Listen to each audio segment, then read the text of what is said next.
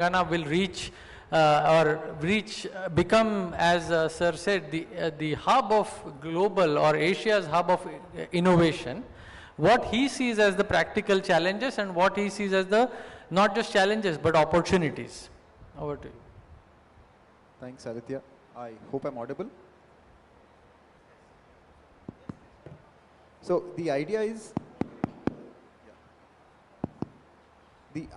essentially we've set ourselves, thank you sir, we've set ourselves a goal which is, frankly speaking, unprecedented in economic history, and I believe it has been done after a lot of cogitation on this respect.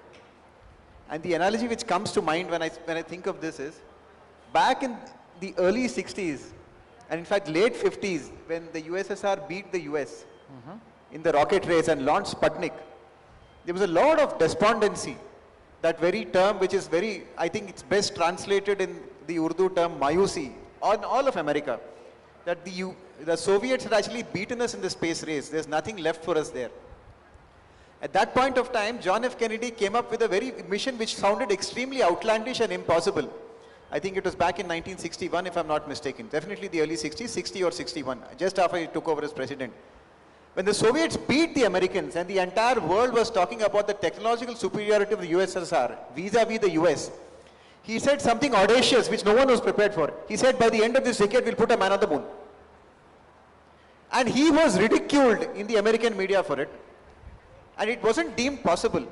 But the sheer force of that public pronouncement and the sheer passion and the aggression behind setting a goal for the nation as a whole got all of them together. And I still remember there were people like Werner von Braun.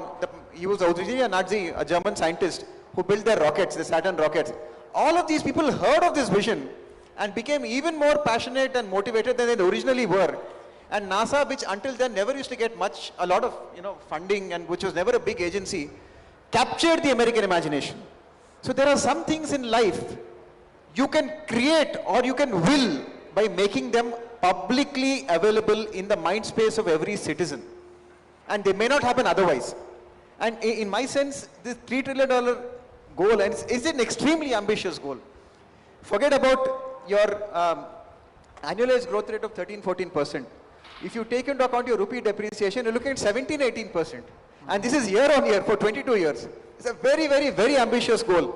But the thing is, if you aim at that sort of galaxy, you will be able to get through some sort of critical mass, which will take you to places which you haven't otherwise been taken. So I believe, in terms of a stretch goal, this is like a clarion call to the entire state, its network of innovators, entrepreneurs, policymakers, to try to figure out what is it exactly, what it is the constraint which prevents us going there.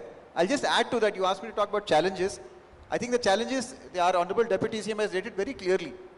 We cannot get there by building more stadia, we cannot get there by building more roads. That will at best take us to 1 trillion, and even that is in doubt, because after a point you have diminishing returns.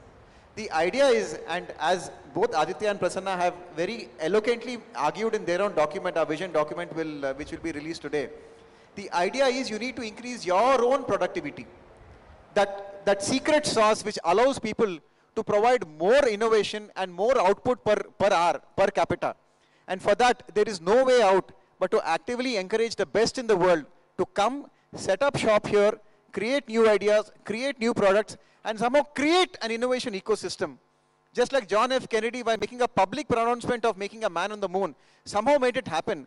We need to, keeping such a stretch goal, need to make this happen just by making all of us conscious and utilizing all of our bandwidth to ensuring that we don't just do our best, but we have the context to do our best. Thank you. Thanks a lot, Krishna, for that very eloquent answer. And it was great to hear the story of NASA and sending a man to the moon, because, it was such an audacious investment back then that nobody gave it any chance of success. And I mean, to be a bit self-serving, but Prasanna and I wrote an op-ed in Times of India, I think a few months ago, about investments in these type of technologies, be it space technology or defense technologies, and they have what Prasanna will elaborate on as a multiplier, which is one additional job, how many additional jobs they create. And in such investments into innovation have an enormously high multiplier. And why these things are very important is around 1960s or 70s, there were people who had made, very smart people, I don't want to belittle them in any way, who had made pronouncements saying that the USSR will overtake the US by 1985, 1990. Ironically, it collapsed before that. So the creative, what was special about the US was that a bunch of creative people got together, bunch of people, aspirational people got together and ideated over things and created fascinating wonders, which is what Telangana aspires to do, is my, from all the initiatives I have learned from the political leadership. So I would now though ask Prasanna to, since he is, he has thought a great deal about these issues and has also has led the drafting of the vision document that will be released later today, of how he views the whole importance of innovation in Telangana's economy, why it is the basis of the 3 trillion chapter, and productivity. Yeah, and also about financing innovation. You know, it's one thing is I have been very silent or conveniently ignored how to finance all of these ambitious initiatives. So Prasanna will probably also talk a bit about that. No, not good.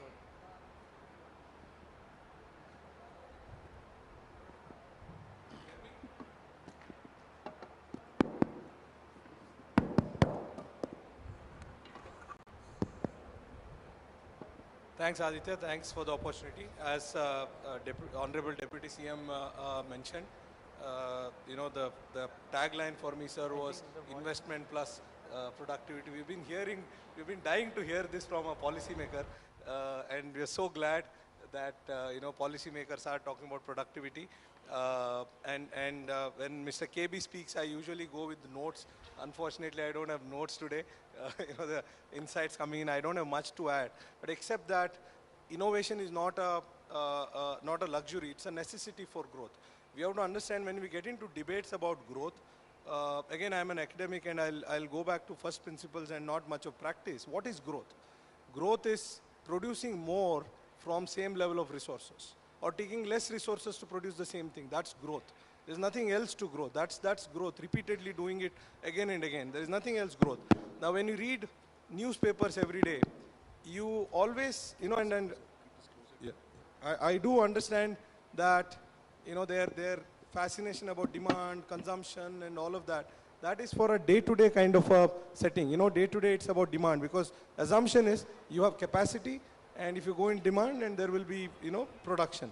But when you talk about 25 years, it's not about demand. It's about ability to produce. Your lens has to be very different when you talk about 25 years versus next 2 quarters. You know, when you talk about 8.2% this quarter, or what should RBI do, that lens is very different than when you're talking about here, you're talking about growing the productive capacity. It's not about, you know, there is enough productive capacity and you just go and consume and economy will grow. That's the bigger lens that one has to have. Now, when it comes to theory, how do you grow? You know, until again, since Mr. KB talked about 1960s, until then we did not have a theory of growth. You know, when Robert Solow came about and said, look, how do you grow? The way you grow, he said, look, there are 2 ways, you know, the intermediate growth and the eventual growth. Intermediate growth is you invest. You have capital, and as you invest, you build all the capital equipment, and then you produce more from, you know, because you save and you invest, you produce more. You know, you build infrastructure, you build machinery, use those machinery. That's the first stage. Now, the good news is it leads to growth. The bad news is it has an expiry date. Now, what's the expiry date? Two constraints there. One constraint, as you build more and more capital, additional returns become diminishing. You know, you will have lower returns. You know, higher the capital, lower is that's the problem. And the second problem is that you need more and more savings. You know, where is that savings going to come from? You can't ask people not to eat. China went to the extent of 50% savings. Can you make it happen and Mr. KB has amazing insights as to why it is. I'll not bring it up here. But they did go to 50% savings. It's unprecedented. Where are you going to get? So these two constraints. And the third is depreciation.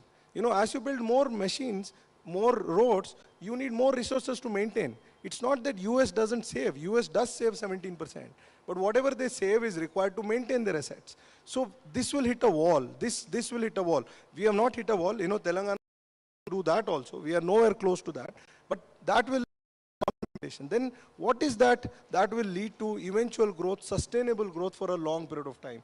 And Romer came with an answer. It's research, innovation. In Solo's model, productivity is sort of given. It comes from God.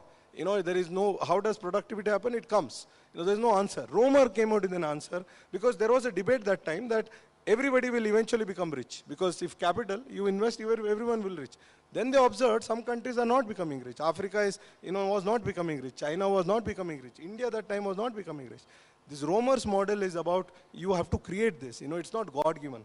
Productivity is not given. Some policymakers, some investors, inventors will have to create it so that people like us can talk about it. We don't do much, right? So that's the whole idea, theory behind all this thinking, that eventually what will lead sustainable growth is invention. And invention need not be original. You can copy. The problem with Industrial Revolution and UK and those, they had to do original stuff.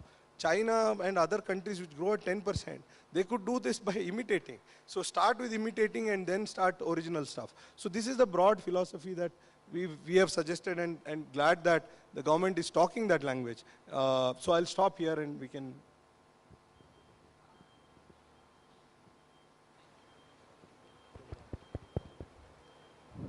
Yeah, thank you, Prasanna, for that answer. Yes, it's really very heartening to hear the policymakers buy into that language and speak that language. You feel that, at least as academics, we feel that what we do, we are in our silos and probably nobody cares. And then you see the political establishment, the bureaucrats really appreciate this importance of innovation.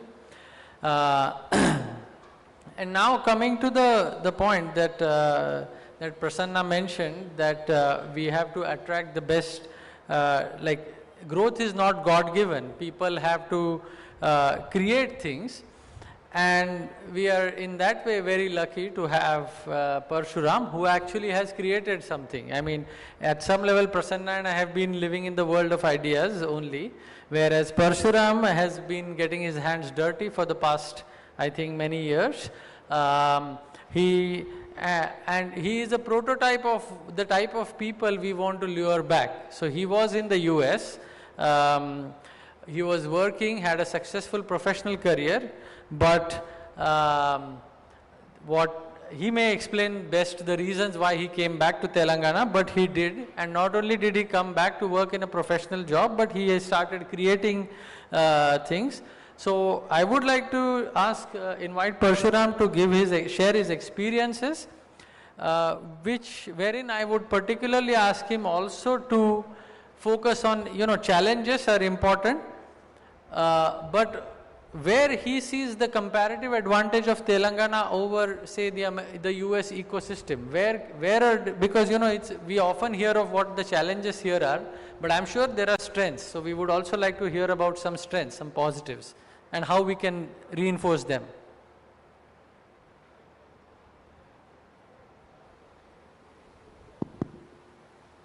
Thank you, Aditya. Thank you for the opportunity, Honorable Deputy CM Garu and the esteemed panel. I hope I'm audible. Yeah. So the panel and the government has been talking about the policy, right? So the policy is basically established to address a lot of challenges in the innovation, and Deputy CM Garu has rightly put, the capital plus innovation is productivity.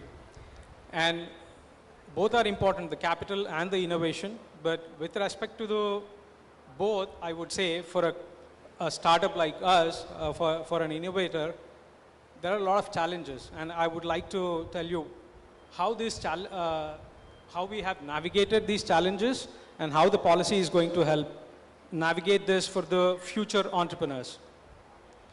When we started off Graviton in the year 2018 and 19, I did an intense research and realized that there were no electric vehicle component manufacturers or the core critical component manufacturing companies in India.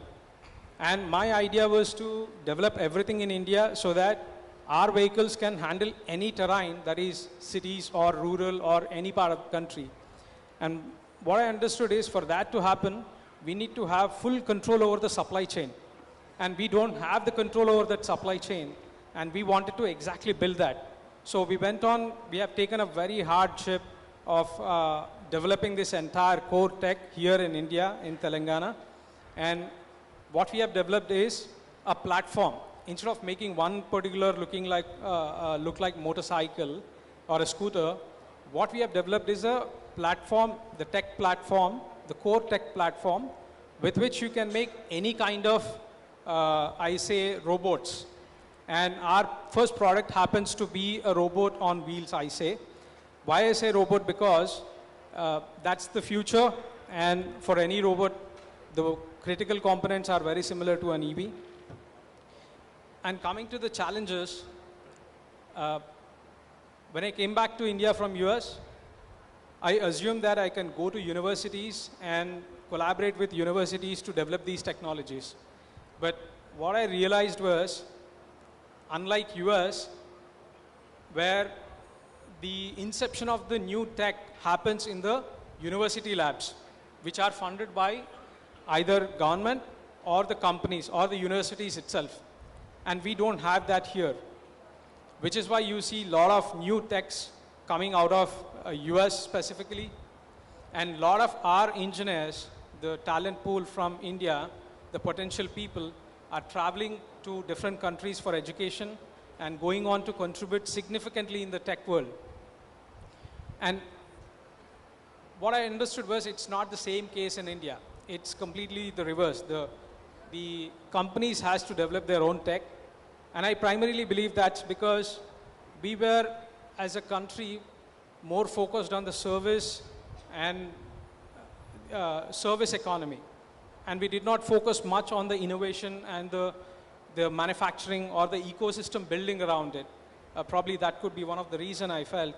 And this was one of the big challenge because we did not find, the first challenge is finding the talent pool who has expertise in the core component that includes the motors, the traction motors, the power electronics, or the battery systems.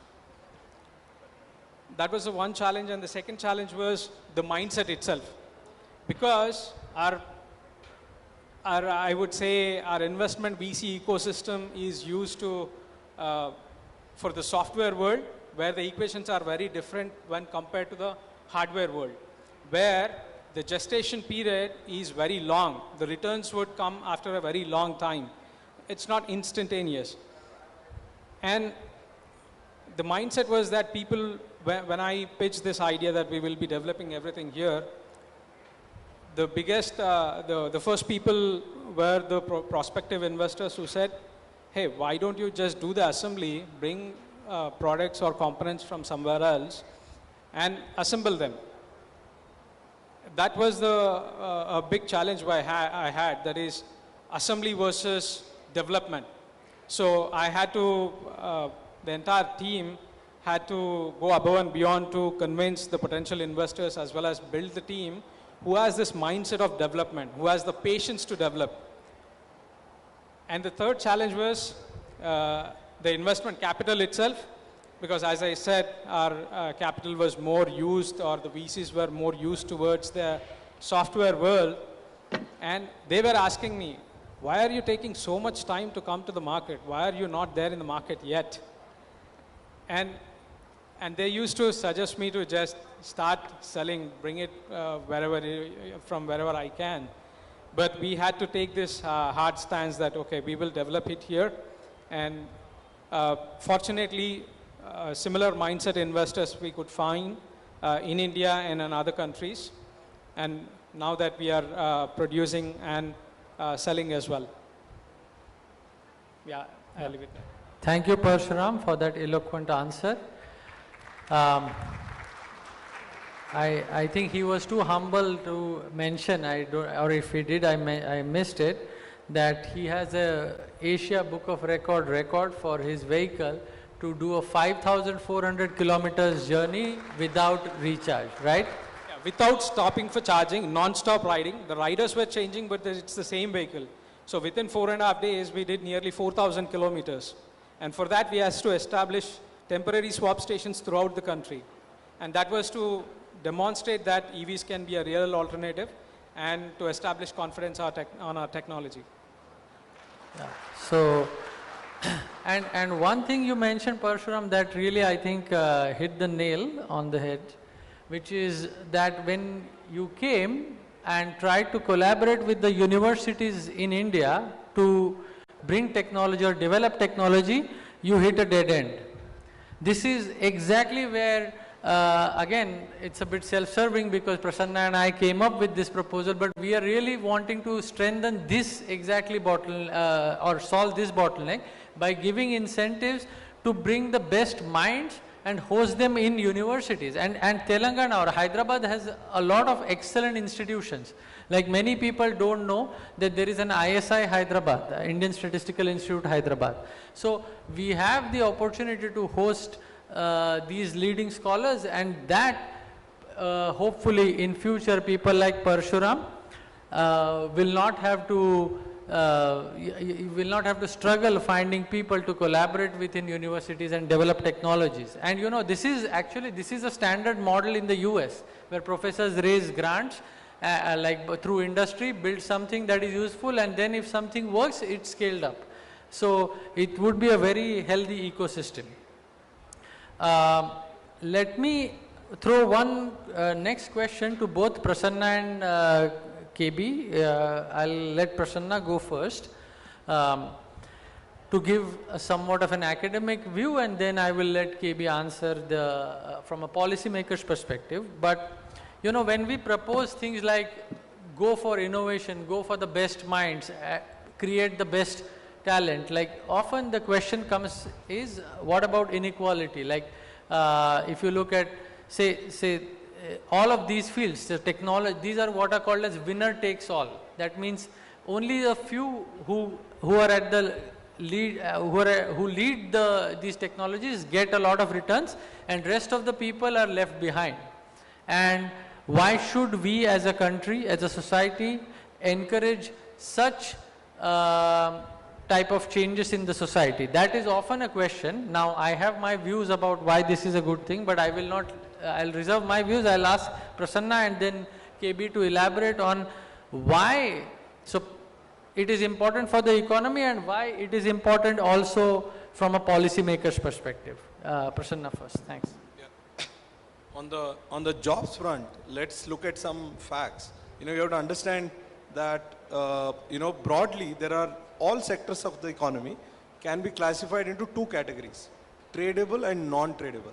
Now, what is this tradable sector? Like software, pharma, where competition is global. There are only two ways you can win there: either become more efficient or become cheap. There's no other way. There is no other, or you can restrict competition, put in barriers, and then, then it becomes a zero-sum game, who wins, like we used to do before. Now, tradable sector is the one where you have to compete. The best people will have to compete. The model that, that seems to have worked is there you go up the value chain. There you do the best possible work. Be at the front end there.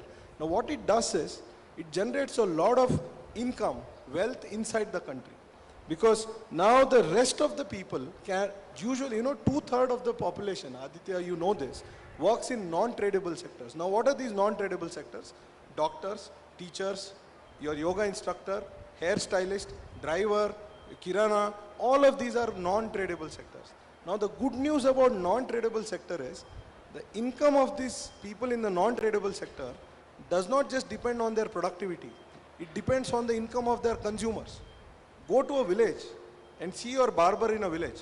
That guy may be whatever skill level they may have, the level of income they make, there is a limit to the income that they make. Whereas your hairstylist here can make much more, having much lesser skills. You know, I've written about it. I was in Darjeeling recently. The driver was super skilled. He could literally fly the car, you know, in that, you know, Darjeeling terrain, if you remember. The amount of salary the driver makes, 8,000 rupees, plus some tips, 10,000 rupees. And you know, with all respect to drivers here in Hyderabad, they are good, they're very good, but not the level of skill that Northeast drivers have. But they earn 4 times of that, plus they do Swiggy and Zomato and all of that. Where is it coming from? Not necessarily productivity. It's the income entrepreneurs and investors in Hyderabad who created this kind of income. So this is the, unfortunately, if you want to create income for the masses, the only sustainable way is to have this go up in the competitive sector.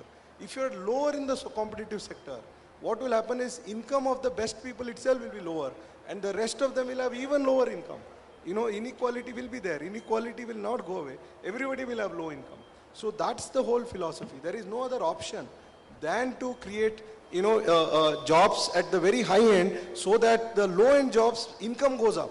It's actually anti-inequality.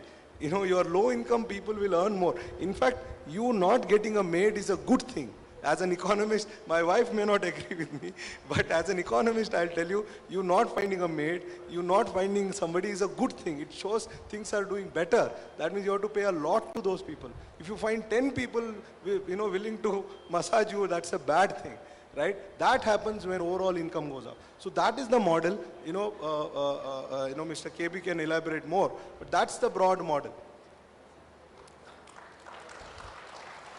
So, you know, if I take the economist reasoning a bit further, a paradox or an unfortunate finding is if I have a maid for a while, I must be overpaying that person, because if that person deserved more, they would have got it elsewhere. So that is an unfortunate way of how economists reason, but I agree with Prasanna's logic. So I'll let now KB go for the same. I really say that in government, we have serious issue with that line of thought, because we do compare apples to oranges and oranges to pineapples all the time, but we try to do it in some sort of fashion which I believe is acceptable. We cannot ever compare apples to just apples. But I'll just come to your point here. I really loved Prasanna's point about the idea of getting non-tradable jobs into an economy, because in the long term, that's where you'll get your masses to grow. And I just want to add on it. That's a great point. Let us presume you've succeeded there. What next? My sense is you still have constraints. The first constraint is, how are you creating jobs?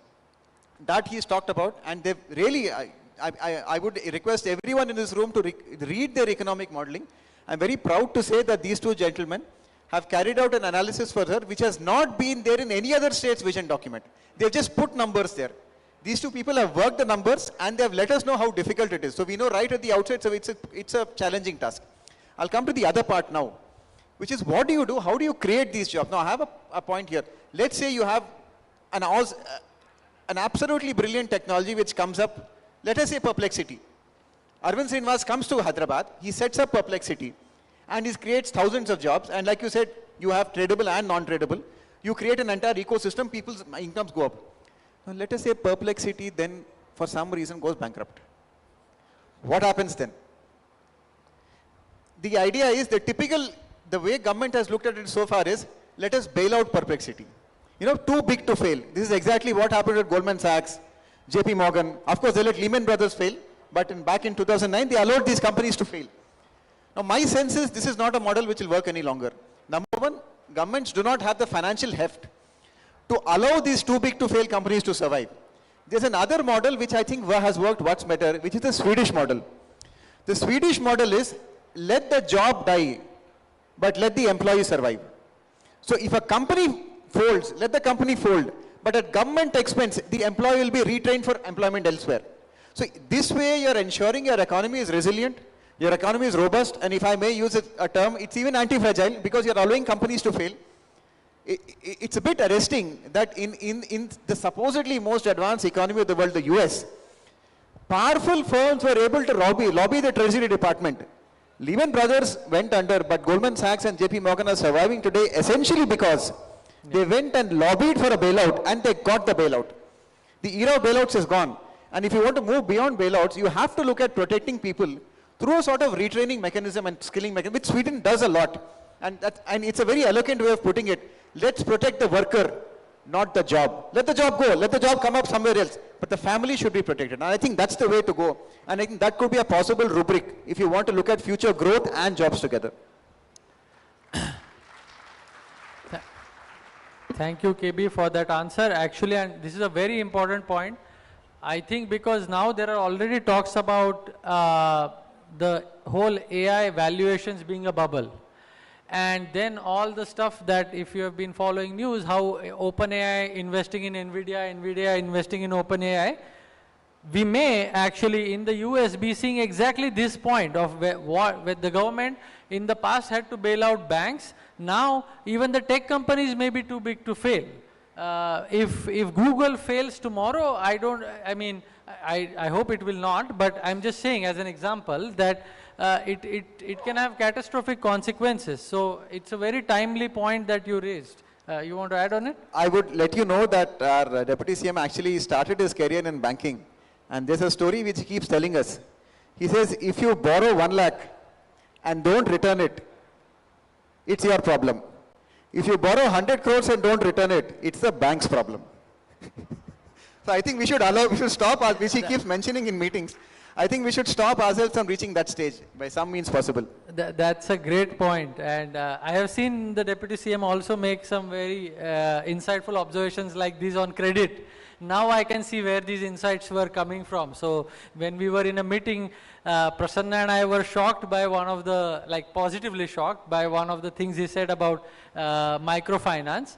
And now I can see where his insights were coming from. Anyway, so moving on, I have one more question to KB, and then we can take questions from the audience if there are any. So there are, all these theses we have built around innovation, that there are lots of calls and also some initiatives about the state acting as a venture capital. So state investing in some of these companies. Now, the counterpoint to that is that the state does not have the ability to pick winners. So the state should not be doing this. That is another view. I wanted to know what he feels like and what is the general policymaker's perspective on a proposal like this. And then I would actually also ask Prasanna if he has any view on this. Yeah, thanks, Aditya. I mean, this is something. Now we actually come down to nuts and bolts of what the Deputy CM and the Finance Department do, or the Planning Department deal with on a daily basis. Now the thing is, it's great, it's a great idea in practice, in principle for the state to be involved in venture capital. And by the way, it's been done all across. I think Abhijit Banerjee has written very eloquently about the SIBR, the small business, independent business something, SIBR of, companies like I think Symantec and I think one more very, very big companies have actually come from US government handouts in the form of incentives. They've started there. And you don't need to look that far. The entire pharma network of Hyderabad is originally built on the network laid down by IDPL. People like Dr. Reddy's and many other companies have come out from the network of both innovation, knowledge and capital, which was nurtured by IDPL. So I would have you know this, riddle me this.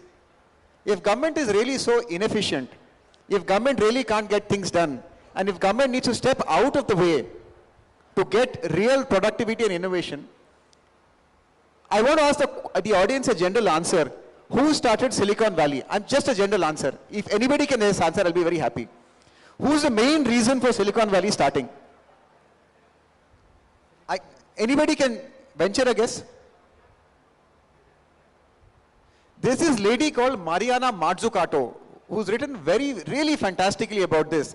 Silicon Valley was not started by Shockley, by William Shockley, or for that matter, the Traitorous Eight, or the Intel. It was started through a government initiative which funded the original innovations into understanding how you could route silica chips to actually store more. And that's really fantastic. Go a little further, you'll see that there's a history of government actually funding individuals who've gone on to make very big I talked about SIBR. The other example I want to talk about is, there is one country in the world which is now called a startup nation. That's Israel. Like the per capita amount of startups in Israel is far more than, I think, most other countries around. And it started because in the 90s they came up with a concept called Yozma. You can even look it up right now, YOZMA. To be sure, just before this session I Googled it as well. The Yozma is a situation where when an entrepreneur puts up an innovative deep tech, or you say fundamental sort of innovation, the state steps in. The state only gets a license fee or a registration fee if he is successful. But if the entrepreneur fails, the state takes up to 40 or 50% of his loss. A significant amount. I'll have to check how much amount. The moment you do that, you have a lot more people like Parshuram. Like he has been talking he made a very great point about how the ecosystems are different here, how some walls just stop. I'm very sure that he wouldn't have said this if somebody, when he started his journey, had told him, listen, you do what you want, and if it fails, we'll take half the loss. This is what they did in Israel, and today it's really the startup nation of the world. So I do believe there are valid and understandable models that the government can step in to be a venture capitalist, but it can't be a venture capitalist in the usual sense. The usual sense of being a Vinod Khosla or a Masayoshi Son does not work here, because there are certain limits to what government can be seen to. And my last point here, I see this is a very popular session, there is only standing room, my apologies. My last point here is we do have an absolutely fantastic example in the Indian Innovation Network itself.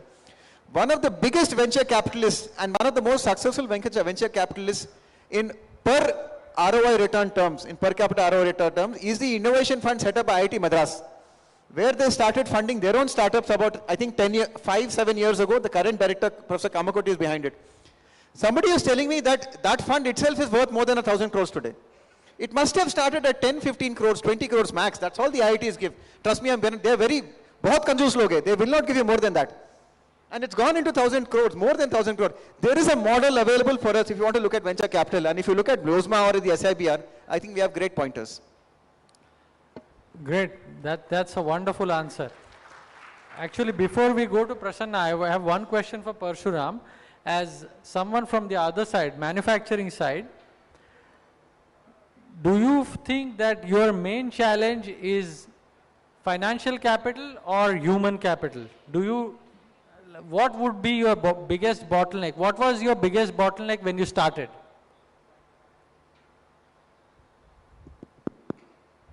It's actually both.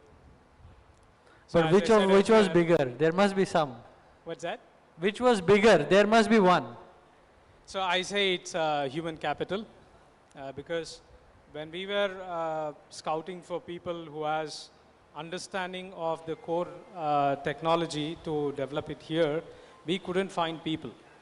And I was wondering why is it, but a lot of Indians going to different countries and doing great. And that's where I realized that, in our universities, we don't have this nurturing of innovation happening, or someone incentivizing, or someone saying that, okay, this is the fund you can go and innovate within the universities. Probably that's the reason the skill set coming out of our engineering colleges were not to that point where we could leverage their skills. Okay, and the other big challenge was definitely the capital. As I said, for the core engineering, it is still a challenge because the gestation period is very high.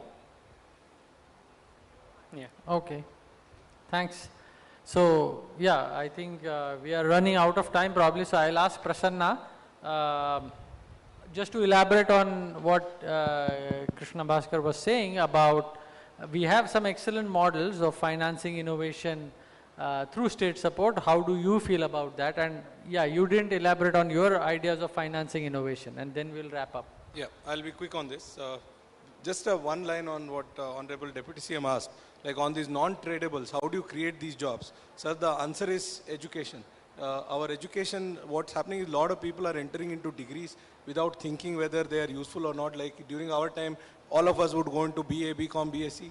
Now it's become engineering. So our education system, and as you know, we have proposed, has to think about culture, tourism. These are very valuable jobs, local jobs. People have to be trained on. Not everybody needs to be a postgraduate. Not everybody needs to have a PhD. Or we have to think about hands and getting hands dirty kind of jobs, and then you can graduate. Of course, there should be a way to graduate. After that, you want to study, you study and go up. So focus should be on that. And finally, on as an academic, you have to be a bit more, Mr. KP, you have to be skeptical of government also. And this is why I said you should take notes when he speaks. I think government, there should be one principle though. While I appreciate a lot of fundamental things have come from government, like World War led to a lot of innovation, including the internet. But there needs to be one principle that when the government intervenes, there should be some market failure. That's where the government should come in. Now, a lot of times governments intervene without defining what the market failure is. If you don't define what the market failure is, and if you start doing things which markets can do better, then it's, you can go on a list where things have been a disasters also. So I think there is a market, in financing innovation, I agree. Markets do not, they do not have that long-term vision. You don't have, of course, the first attempt should be to develop those markets because government capacity is also limited. One thing with due respect, governments don't earn anything. It's the people who earn. So it's that people, we have to have that sense also. So I don't want to be an advocate of an unlimited government. That is not, at least I don't stand for. Of course, markets fail. And where markets fail, in the interest of people, and governments will have to come in. And I absolutely agree that, it's too big to fail is a very big, the biggest threat to markets are big market players themselves. That's what we have, I totally agree. So it has to be a balance, understand market failures, government failures, both of that, and walk a tightrope. It's not easy. It's easy for us to sit here and talk. People like you are on the ground who execute. It's not going to be easy. But, that's what seems to have worked throughout the world. Thank you. All right. I would like to add one thing. Sorry. Yes. So as KB said, incentivizing the startups or telling them that we will take care of you. If a policy can be placed around that, as well as nurturing the young engineers in the universities itself, really create a huge thing called brain drain, right? A lot of our potential guys were going out of the country and working elsewhere. And with this kind of confidence or the policies, definitely I could see that there will be a huge brain gain happening. And that would be great.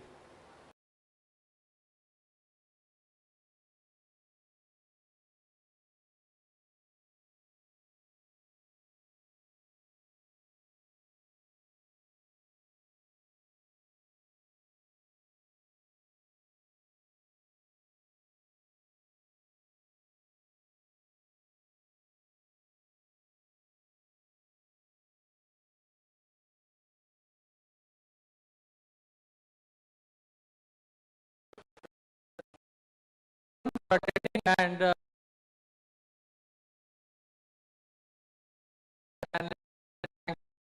inside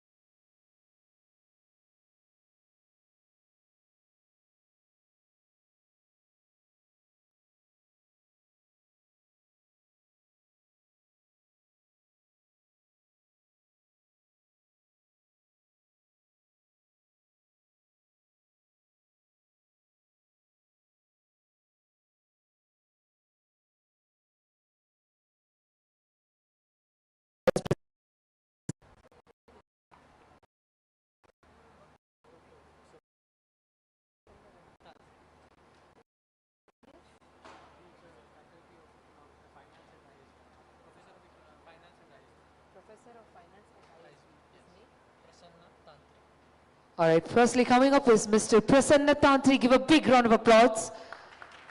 From the finance team, ISB, give a big round of applause to him. We take pride in felicitating him and honoring him. The next name, can you write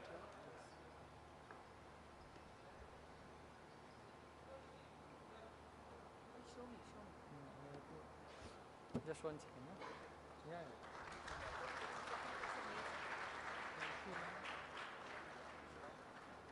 Next is Mr. Parasuram Paka. After this, all right. He's a CEO of Graviton. Graviton. Yeah. This was Parsuram, but you already facilitated. Minister's All right, next is Mr. Parasuram Paka. Give a big round of applause.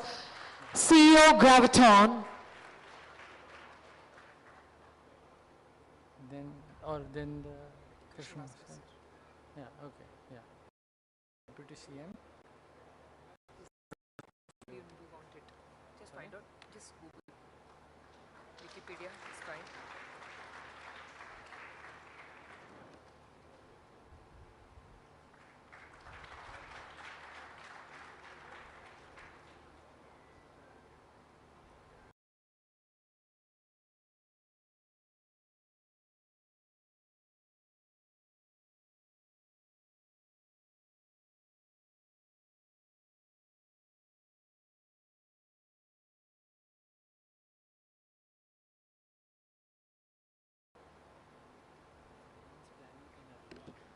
Full name?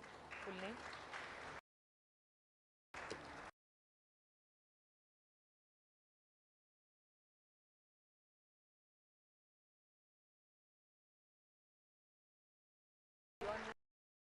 We have Mr. Aditya.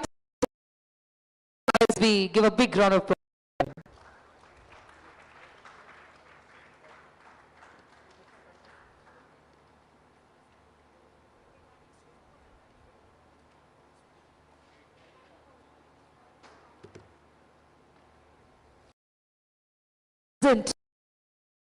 GI tag treasures of Telangana, the exquisite shop, renowned for their intricate tie and dye weaving, embody the timeless skill of our artisans, complementing them the vibrant cherial mass and handicraft in the traditional storytelling. Ladies and gentlemen, time to honor our Deputy Chief Minister of Telangana, Shri Mallu Bhatti Vikramarka garu. Gattiga cheppalto, let's give a resounding applause to him, please.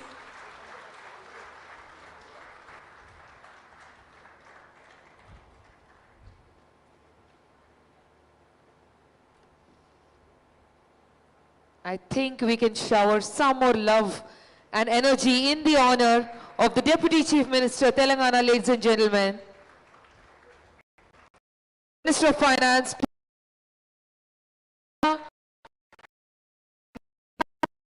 Marka garu. Let us celebrate the GI recognized art forms and the master craftsmen who keep our traditions alive. With that, we're officially closing the first session in the Hall 4. Thank you so much for being such a wonderful and amazing audience. We look for a greater vision, the $3 trillion economy. Ladies and gentlemen, huge round of applause as we manifest it for 2047. Thank you so much, sir. Thank you. Thank you. Thank you, everyone. Please be seated and comfortable at your places.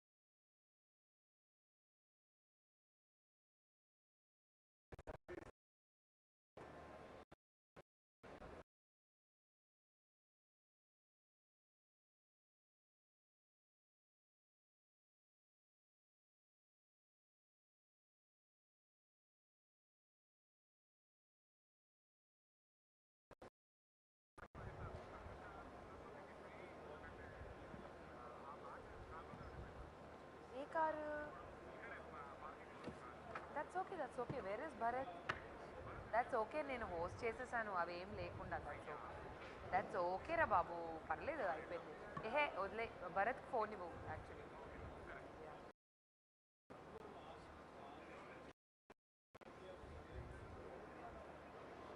Bharat అది వదిలేసి session కన్నా రావాల్సింది.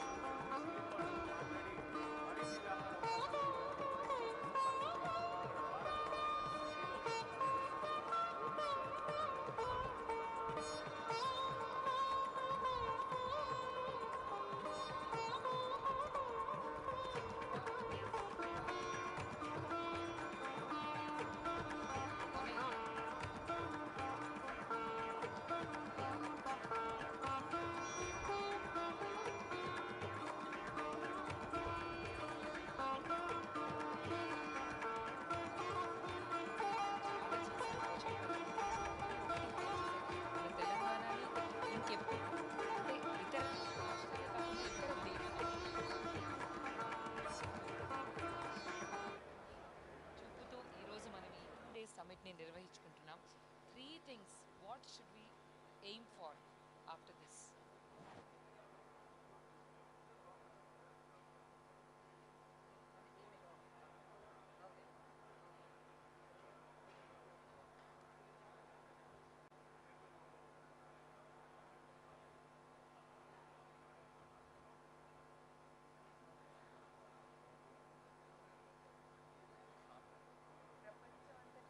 ప్రీతికరమైన football అధినేత అని మన favourite footballer quote greatest of all time Messi కూడా రాబోతున్నారు.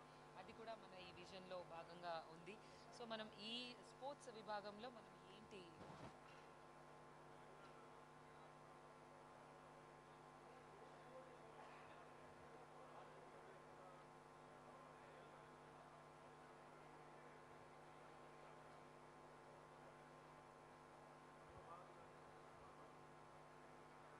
Okay, check.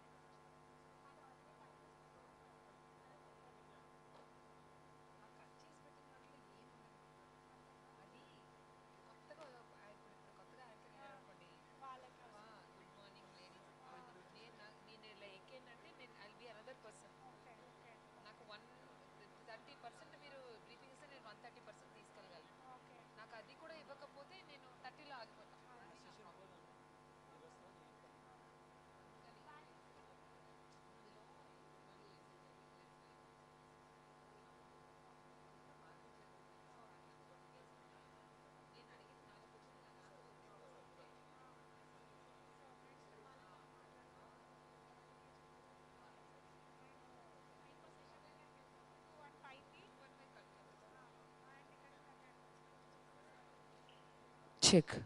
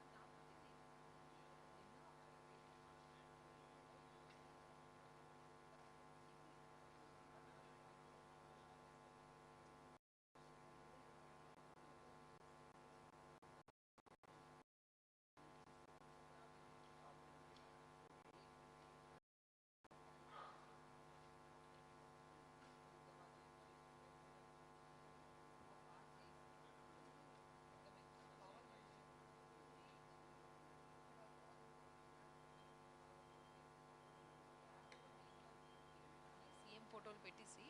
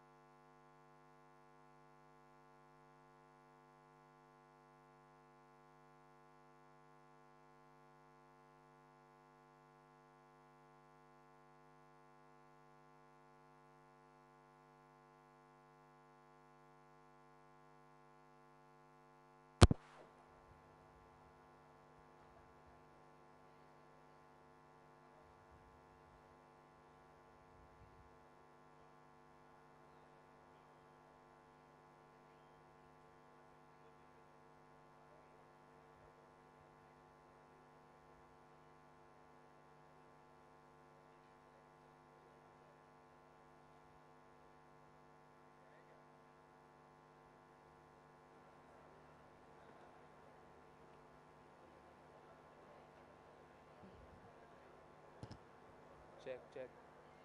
Check, check.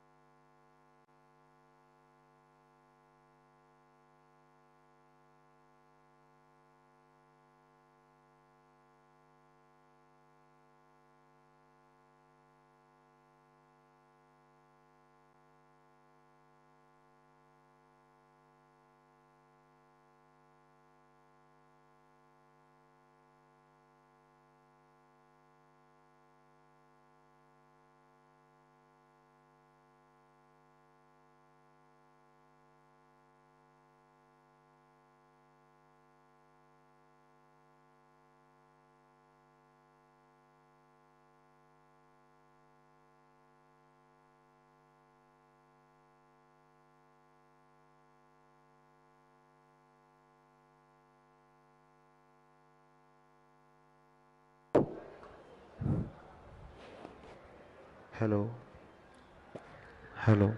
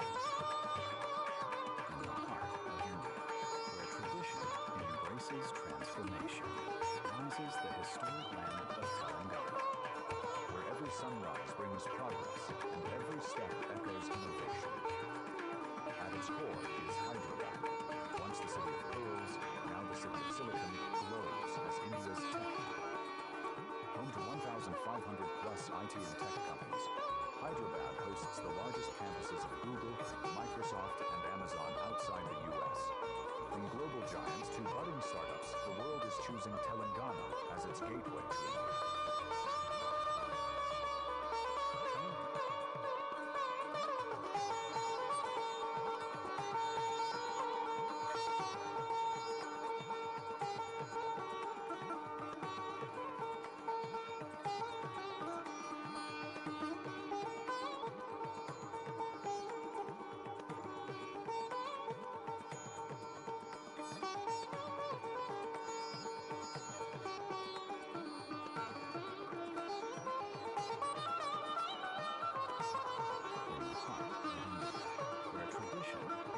embraces transformation. In the heart of India, where tradition embraces transformation, rises the historic land of Telangana, where every sunrise brings progress and every step echoes innovation. At its core is Hyderabad, once the city of pearls, now the city of silicon, glows as India's tech capital.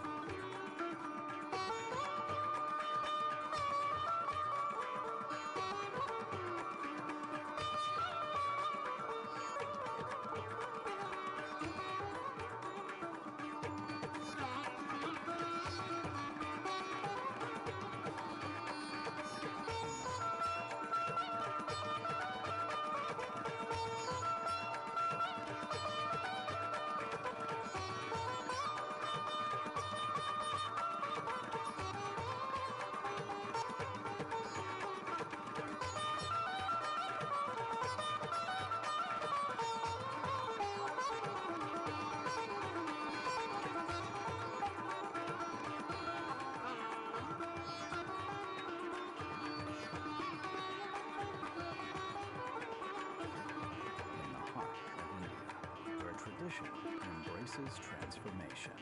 Rises the historic land of Telangana, where every sunrise brings progress and every step echoes innovation. At its core is Hyderabad, once the city of pearls, now the city of silicon, glows as India's tech capital. Home to 1,500 plus IT and tech companies, Hyderabad hosts the largest campuses of Google, Microsoft, and Amazon outside the US. From global giants to budding startups, the world is choosing Telangana as its gateway to India. Telangana has attracted massive investments from all over the world, generating millions of jobs and employment while placing Hyderabad on the global map with 10 of the world's top BFSI, tech, and semiconductor companies. The state's progressive policies with unmatched execution speed and fast-track approvals within just a fortnight has enabled setting up of more than 25,000 industries. This is where talent meets trust and ideas meet execution. Telangana Rising isn't just growth, it's a revolution. Global software hubs to aerospace, from iconic IT parks to industrial corridors, Telangana is India's innovation engine. Under Vision 2047, the state is heading towards a $1 trillion economy by 2034, powered by futuristic initiatives like AI City, Future City, and world-class innovation districts shaping the global landscape. Led by the dynamic Chief Minister Shri A. Revanth Reddy, with a steadfast commitment to inclusive governance and technological advancements, Telangana is rising to greater horizons with Vision 2047. Supporting this bold vision is Shri D. Sridhar Babu, Minister for Information Technology, Industries, Commerce, Electronics and Communication, who is navigating the Vision 2047 roadmap. This includes establishing AI centers that reach deep into rural areas, deploying 375 global capability and value-added centers at a pace of 75 per year, and empowering youth by nurturing talent through the Young India Skills University for emerging industries. At the helm is the Department of IT, Industries, Commerce, Electronics, and Communication, driving progress with precision, shaping policy with purpose, and forging international collaboration.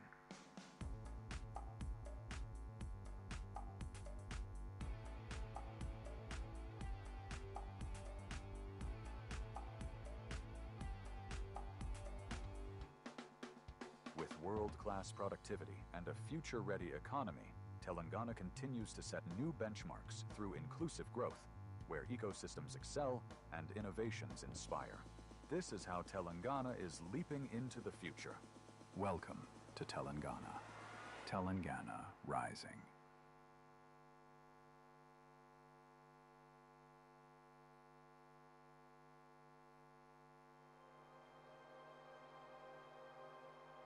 In the heart of India, where tradition embraces transformation, rises the historic land of Telangana, where every sunrise brings progress and every step echoes innovation.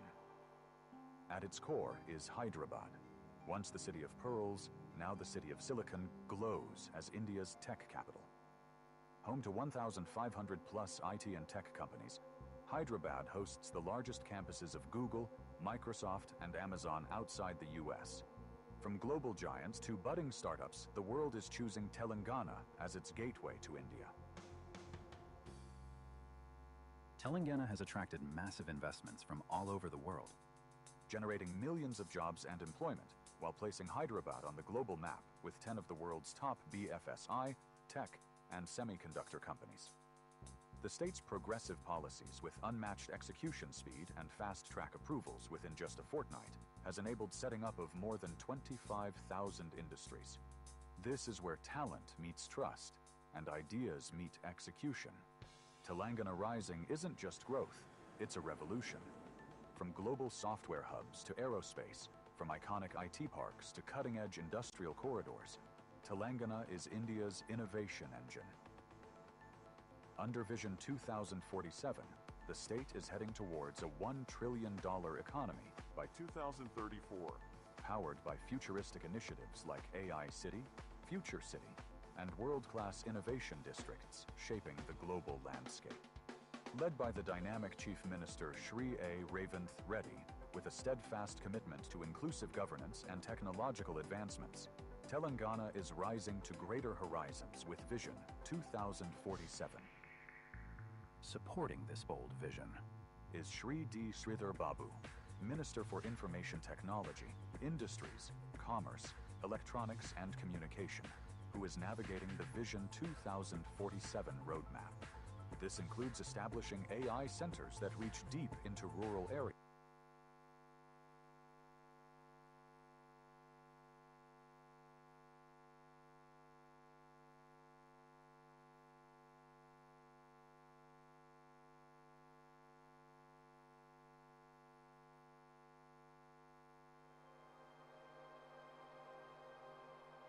in the heart of India, where tradition embraces transformation, rises the historic land of Telangana, where every sunrise brings progress and every step echoes innovation. At its core is Hyderabad, once the city of pearls, now the city of silicon, glows as India's tech capital. Home to 1,500 plus IT and tech companies, Hyderabad hosts the largest campuses of Google, Microsoft, and Amazon outside the US. From global giants to budding startups, the world is choosing Telangana as its gateway to India. Telangana has attracted massive investments from all over the world, generating millions of jobs and employment, while placing Hyderabad on the global map with 10 of the world's top BFSI, tech, and semiconductor companies. The state's progressive policies with unmatched execution speed and fast-track approvals within just a fortnight has enabled setting up of more than 25,000 industries. This is where talent meets trust and ideas meet execution. Telangana Rising isn't just growth, it's a revolution. From global software hubs to aerospace, from iconic IT parks to cutting-edge industrial corridors, Telangana is India's innovation engine. Under Vision 2047, the state is heading towards a $1 trillion economy by 2034, powered by futuristic initiatives like AI City, Future City, and world-class innovation districts shaping the global landscape. Led by the dynamic Chief Minister Shri A. Revanth Reddy, with a steadfast commitment to inclusive governance and technological advancements, Telangana is rising to greater horizons with Vision 2047. Supporting this bold vision is Shri D. Sridhar Babu, Minister for Information Technology, Industries, Commerce, Electronics and Communication, who is navigating the Vision 2047 roadmap.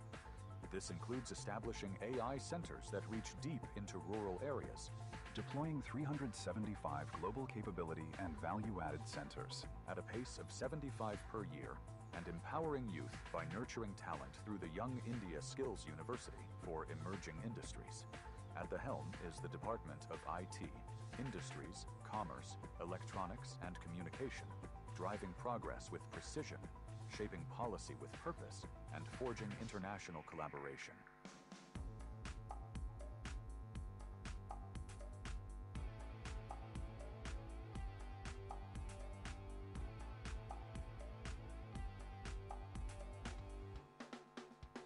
world-class productivity and a future-ready economy, Telangana continues to set new benchmarks through inclusive growth, where ecosystems excel and innovations inspire.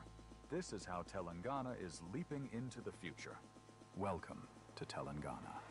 Telangana Rising.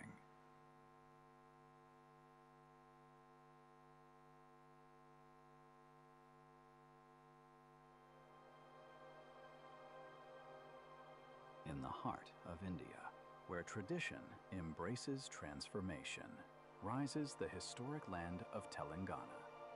Where every sunrise brings progress and every step echoes innovation.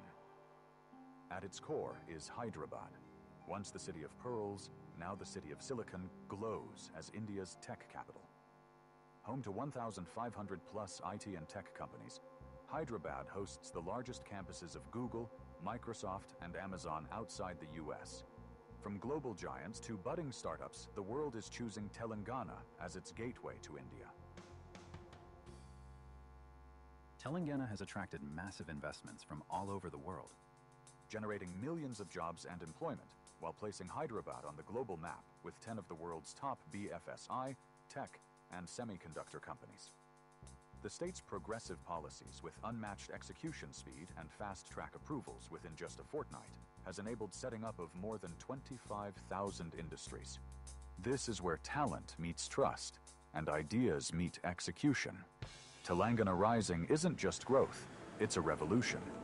From global software hubs to aerospace, from iconic IT parks to cutting-edge industrial corridors, Telangana is India's innovation engine. Under Vision 2047, the state is heading towards a $1 trillion economy by 2034, powered by futuristic initiatives like AI City, Future City, and world-class innovation districts shaping the global landscape. Led by the dynamic Chief Minister Shri A. Revanth Reddy, with a steadfast commitment to inclusive governance and technological advancements, Telangana is rising to greater horizons with Vision 2047.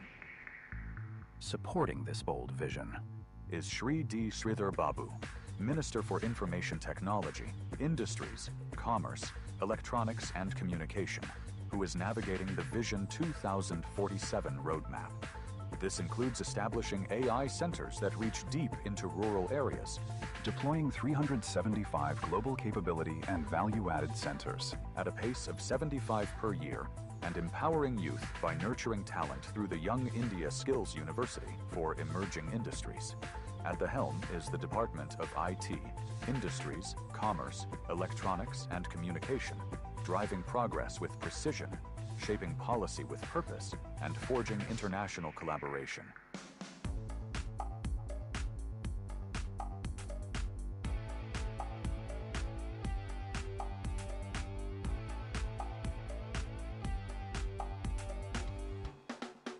With world-class productivity and a future-ready economy, Telangana continues to set new benchmarks through inclusive growth, where ecosystems excel and innovations inspire. This is how Telangana is leaping into the future. Welcome to Telangana. Telangana Rising.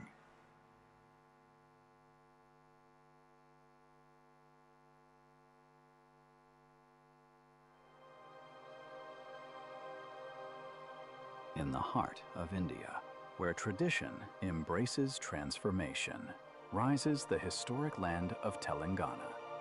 Where every sunrise brings progress and every step echoes innovation. At its core is Hyderabad. Once the city of pearls, now the city of silicon, glows as India's tech capital. Home to 1,500 plus IT and tech companies, Hyderabad hosts the largest campuses of Google, Microsoft, and Amazon outside the US. From global giants to budding startups, the world is choosing Telangana as its gateway to India. Telangana has attracted massive investments from all over the world, generating millions of jobs and employment while placing Hyderabad on the global map with 10 of the world's top BFSI, tech, and semiconductor companies. The state's progressive policies with unmatched execution speed and fast-track approvals within just a fortnight has enabled setting up of more than 25,000 industries. This is where talent meets trust and ideas meet execution. Telangana Rising isn't just growth, it's a revolution. From global software hubs to aerospace, from iconic IT parks to cutting-edge industrial corridors, Telangana is India's innovation engine.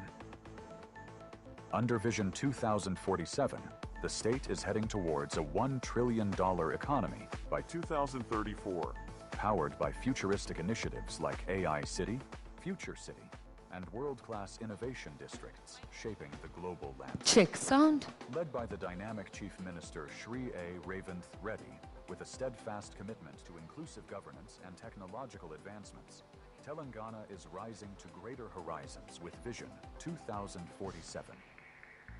Supporting this bold vision is Shri D. Sridhar Babu, Minister for Information Technology, Industries, Commerce, Electronics and Communication, who is navigating the Vision 2047 roadmap. This includes establishing AI centers that reach deep into rural areas, deploying 375 global capability and value-added centers at a pace of 75 per year, and empowering youth by nurturing talent through the Young India Skills University for emerging industries. At the helm is the Department of IT, Industries, Commerce, Electronics and Communication, driving progress with precision, shaping policy with purpose, and forging international collaboration.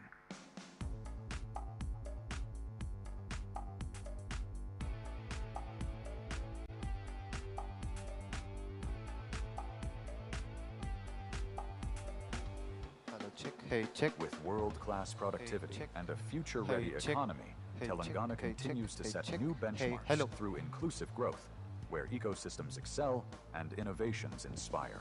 This is how Telangana is leaping into the future. Welcome to Telangana. Telangana Rising.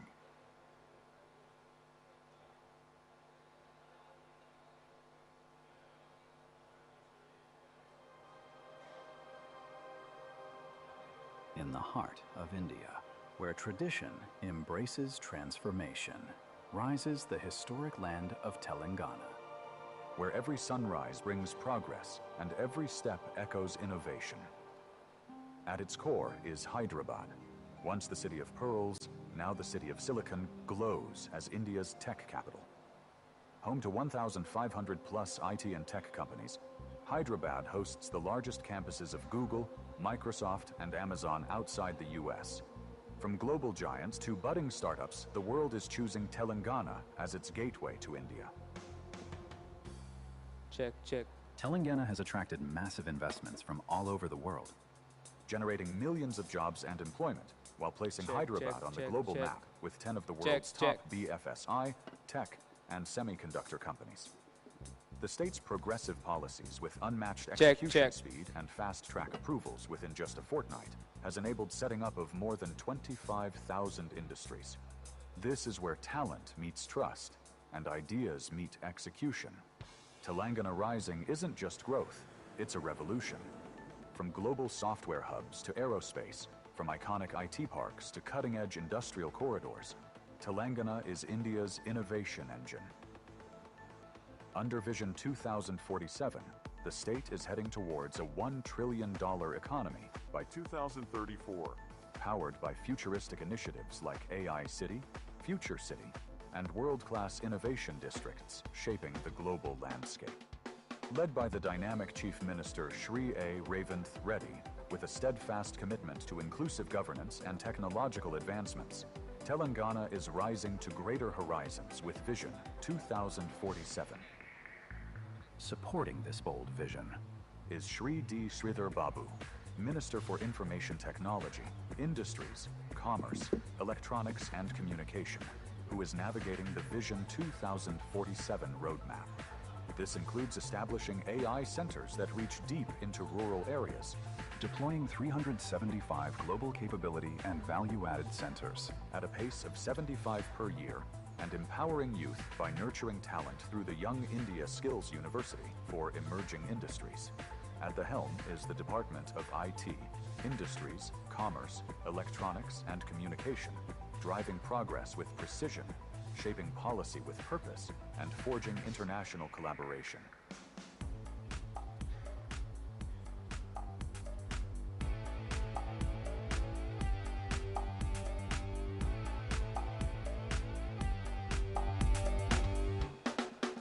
With world-class productivity and a future-ready economy, Telangana continues to set new benchmarks through inclusive growth, where ecosystems excel and innovations inspire. This is how Telangana is leaping into the future. Welcome to Telangana. Telangana Rising.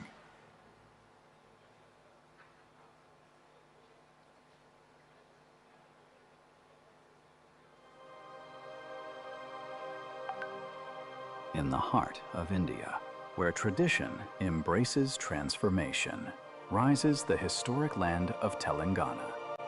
Where every sunrise brings progress and every step echoes innovation. At its core is Hyderabad.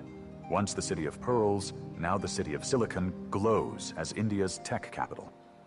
Home to 1,500 plus IT and tech companies, Hyderabad hosts the largest campuses of Google, Microsoft, and Amazon outside the US.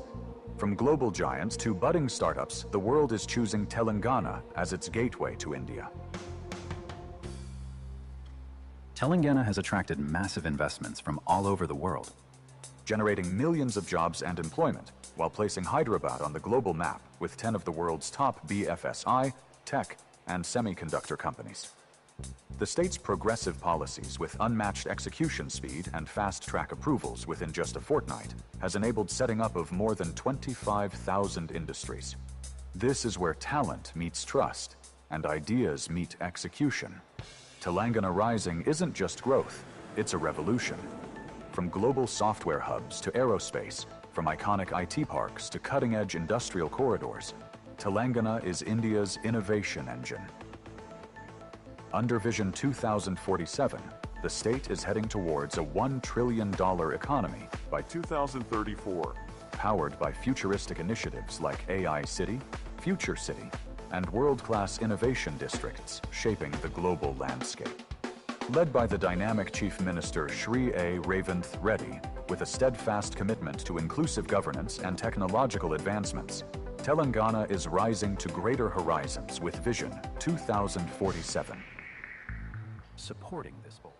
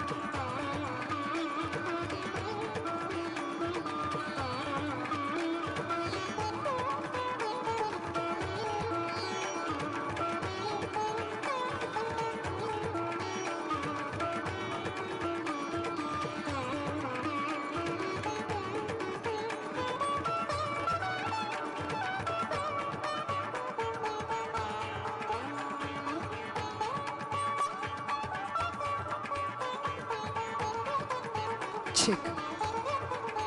Ladies and gentlemen, give a big round of applause as we heartily welcome our Deputy Chief Minister, Minister of Finance, Planning and Energy, Government of Telangana, Shri Mallu Bhatti Vikramaditya Garu.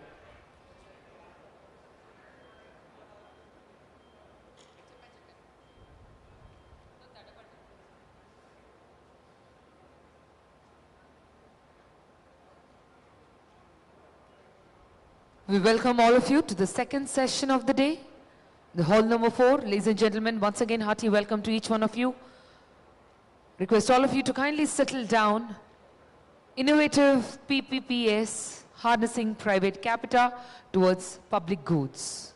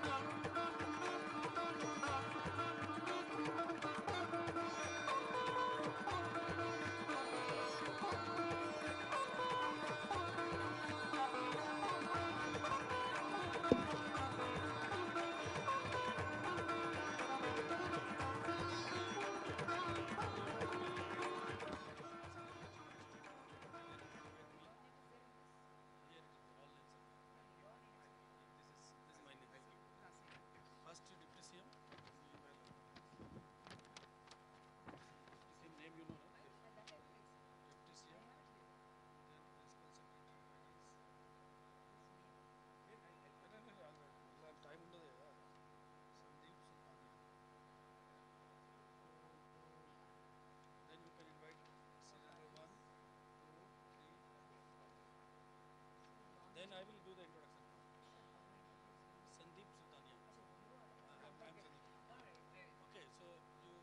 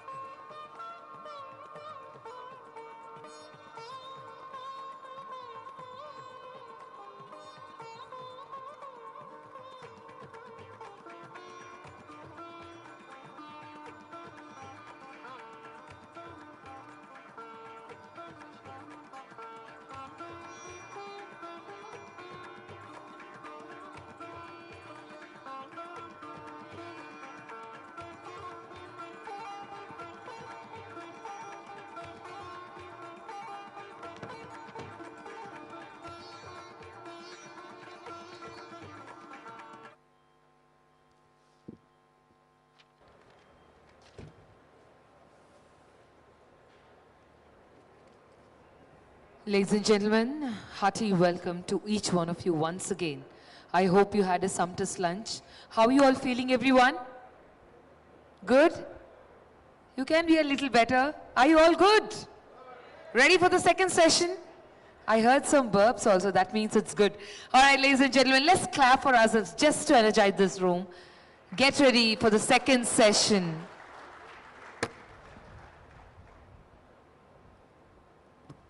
So we are coming for such an important topic. You all can see the topic behind. So Triple P is public-private partnership. You all know more than what I know. Harnessing private capital towards public goods refers to strategies that use investment from private sectors and actors like businesses, investors, philanthropists and individuals to fund projects that create broad social or environmental benefits. Ladies and gentlemen, such as clean air, public health, infrastructure, education, climate resilience and innovation. For taking up this initiative as a part of 2047 vision, let's clap around everyone. To do the honors, it's my absolute pleasure to invite our Deputy Chief Minister. Give a big round of applause as I take pride in welcoming Shri Mallu Bhatti Vikramaditya Garu with a huge round of applause. Minister of Finance, Planning and Environment of Telangana. Let's give a resounding applause for the man behind the visionary.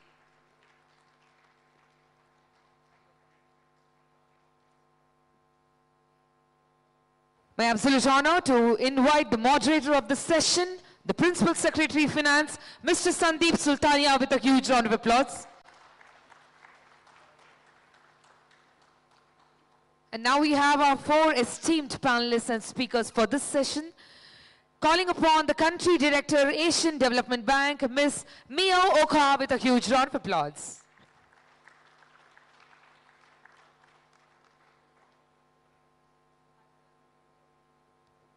Ladies and gentlemen, our Indian CEO, Capital and India Trust, Shri Gauri Shankar Nagabhusham. Gattiga chappatలతో let's welcome him.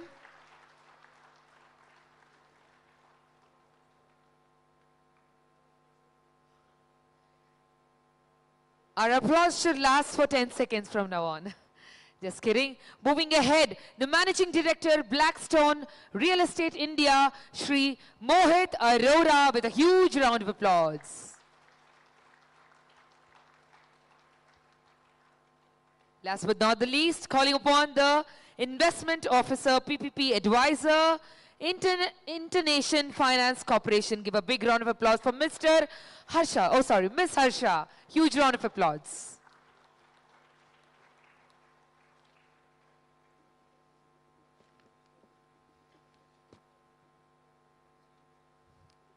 As the dignitaries set on the dais taking ahead the session.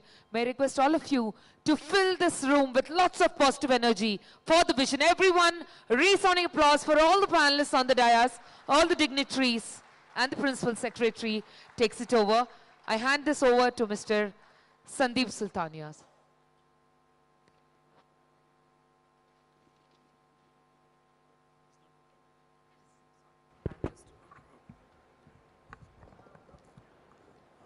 Good afternoon, everyone. I welcome first of all Honorable Deputy Chief Minister, Sri Mallu Batti Vikramarka, Honorable Deputy CM and Minister for Finance, Planning and Energy, Government of Telangana. For this very, very important panel discussion as a part of our summit, Telangana Rising Global Summit 2047. We have a very distinguished panelists which are comprising from all the important fields of finance in the country and at the global level. I'd like to introduce first Miyo Oka, Country Director, India Resident Mission, South Asia Department, Asian Development Bank. Ms. Olo joined the Asian Development Bank in 2005 and has the experience of more than 20 years in public financing. I'd like to introduce Mr. Mohit Arora, who is Managing Director in the Real Estate Group, and he is based at Mumbai. He has joined Blackstone in 2013 and is involved in various investments in India, including India Bulls, Salarpuria Office Portfolio, Panchsheel Office Parks. He is an MBA from Indian Institute of Management, Bangalore. I'd again like to introduce Harsha Khoopchandani. She is from International Finance Corporation. She is having more than 15 years of experience in public-private partnership in the country. Then Mr. Gauri Sankar Nagabhushnam. He is CEO of Capital India Trust. This is the Asia's first and largest India-focused real estate business trust. He has come all the way from Singapore to attend Telangana Rising Summit. We are thankful to all the panelists to accept our invitation. And I'm sure with today's interaction which we are going to have with them is going to help us in mobilizing finances for building Telangana Rising 2047. Thank you very much. Now we'll start the panel discussion, sir.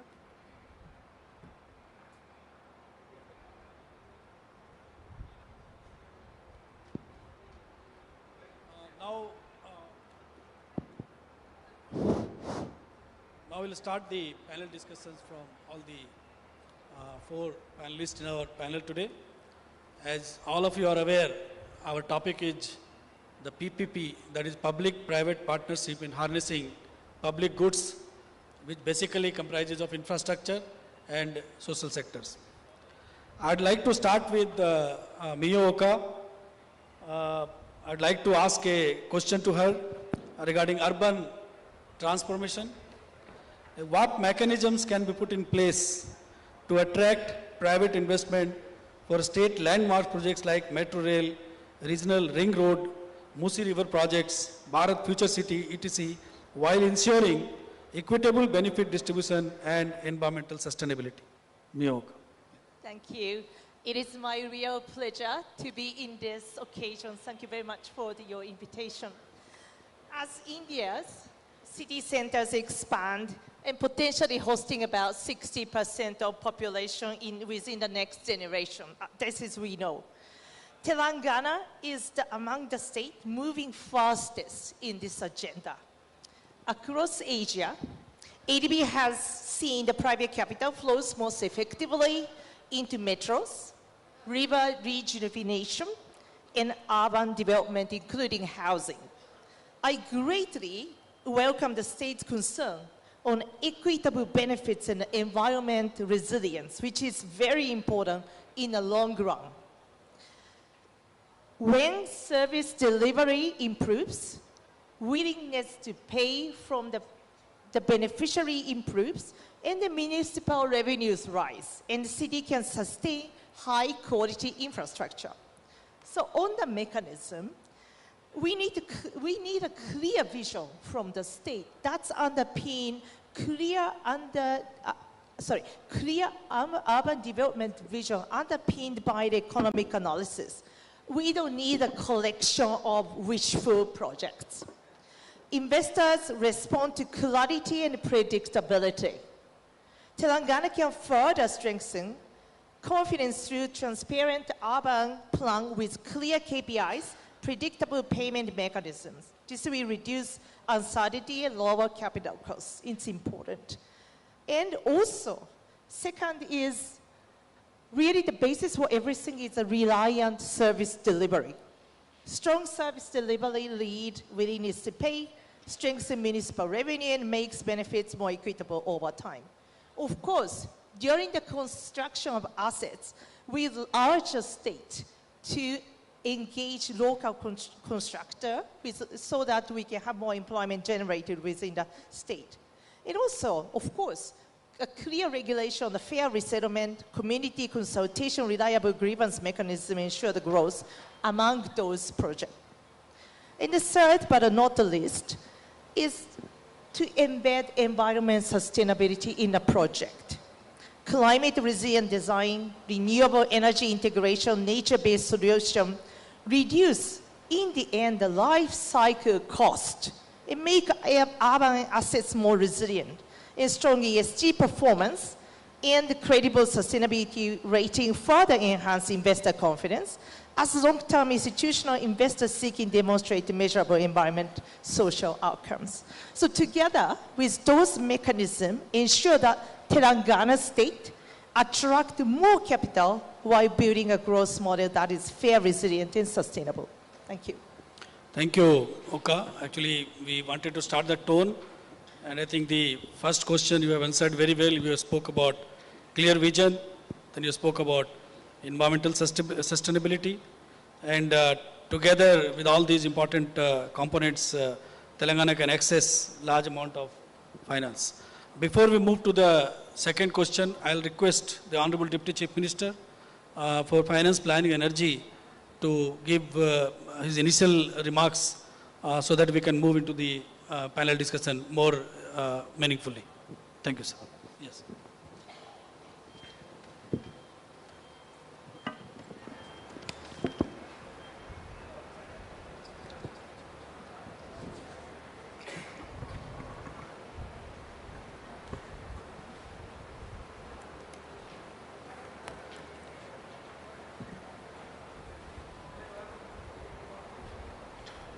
Sri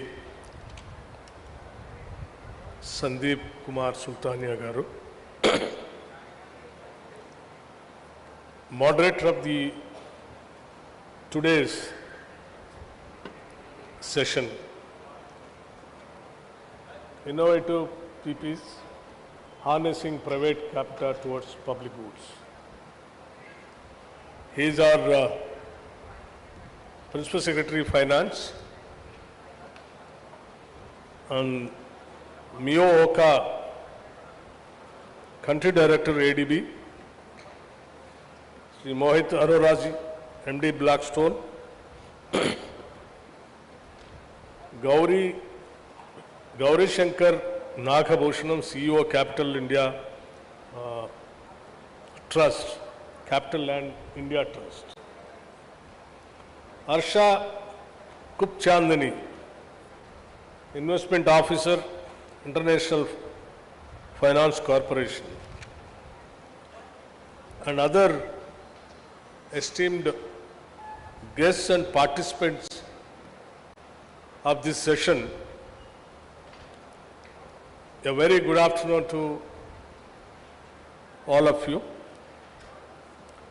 And let me also express my thanks and appreciation for coming all the way in a short notice for this Telangana Global Summit 2025, in which we are releasing a document, Telangana Rising 2047 vision document, which is aimed at $3 trillion economy. by 2047 we wanted to achieve to that economy. So keeping that in our mind, our thought, under our Chief Minister Shri Revanth Reddy Garu and other entire cabinet colleagues, to achieve that goal, we thought first let us prepare a document by consulting various sectors and important industry leaders, ISP, Niti Aayog, and all our departmental secretaries under the various departments, ministers heading over. And finally, we have prepared a document and we are going to launch that or release that document today evening. In this session, we have extended our invitation to all of the industry leaders, not only in this country, to the whole world also. Many of the countries, nearly about 6 continents, people have participated and they are giving their valuable ideas and suggestions also. In the process, in this entire summit, simultaneously we are conducting nearing about 28 sessions like this to take their valuable suggestions and ideas for the growth of our state and our vision. Thank you very much for once again for coming all the way. Let me begin with a story close to our hearts. 2 decades ago, Hyderabad skies promise, but Outer Ring Road, a visionary PPP, annuity model that private partners built in record time, easing congestion for millions and parking economic corridors that now pulse with pharma giants and tech hubs.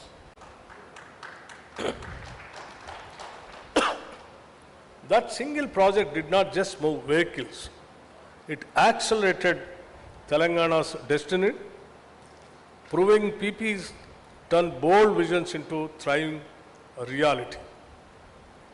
At this Telangana Rising Summit, as we unveil Vision 2047's roadmap to a $3 trillion economy, the truth is stark.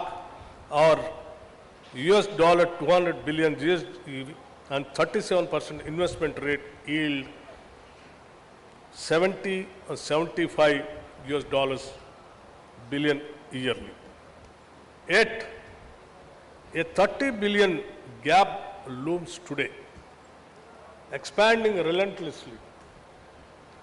PPs are the engines for core urban, in the sense cure, peri-urban cure, and rural agri rare zones, targeting $1 trillion economy by 2034. Unleashing private capital for metros, solar parks, and skill hubs while freeing public funds for human development and net zero ambitions. 3 fiscal realities compel this: GST limits, tax to GSDP hikes, FRBM caps borrowing at 3% of GSDP, dwindling household savings, starve long-term projects. PPs break these chains, channeling institutional funds into transport, renewables, and digital infrastructure with smart risk allocation for scale and efficiency. We have nailed it before. For example, Hyderabad International Airport's lasting concession with public oversight. Our Outer Ring Road, rapid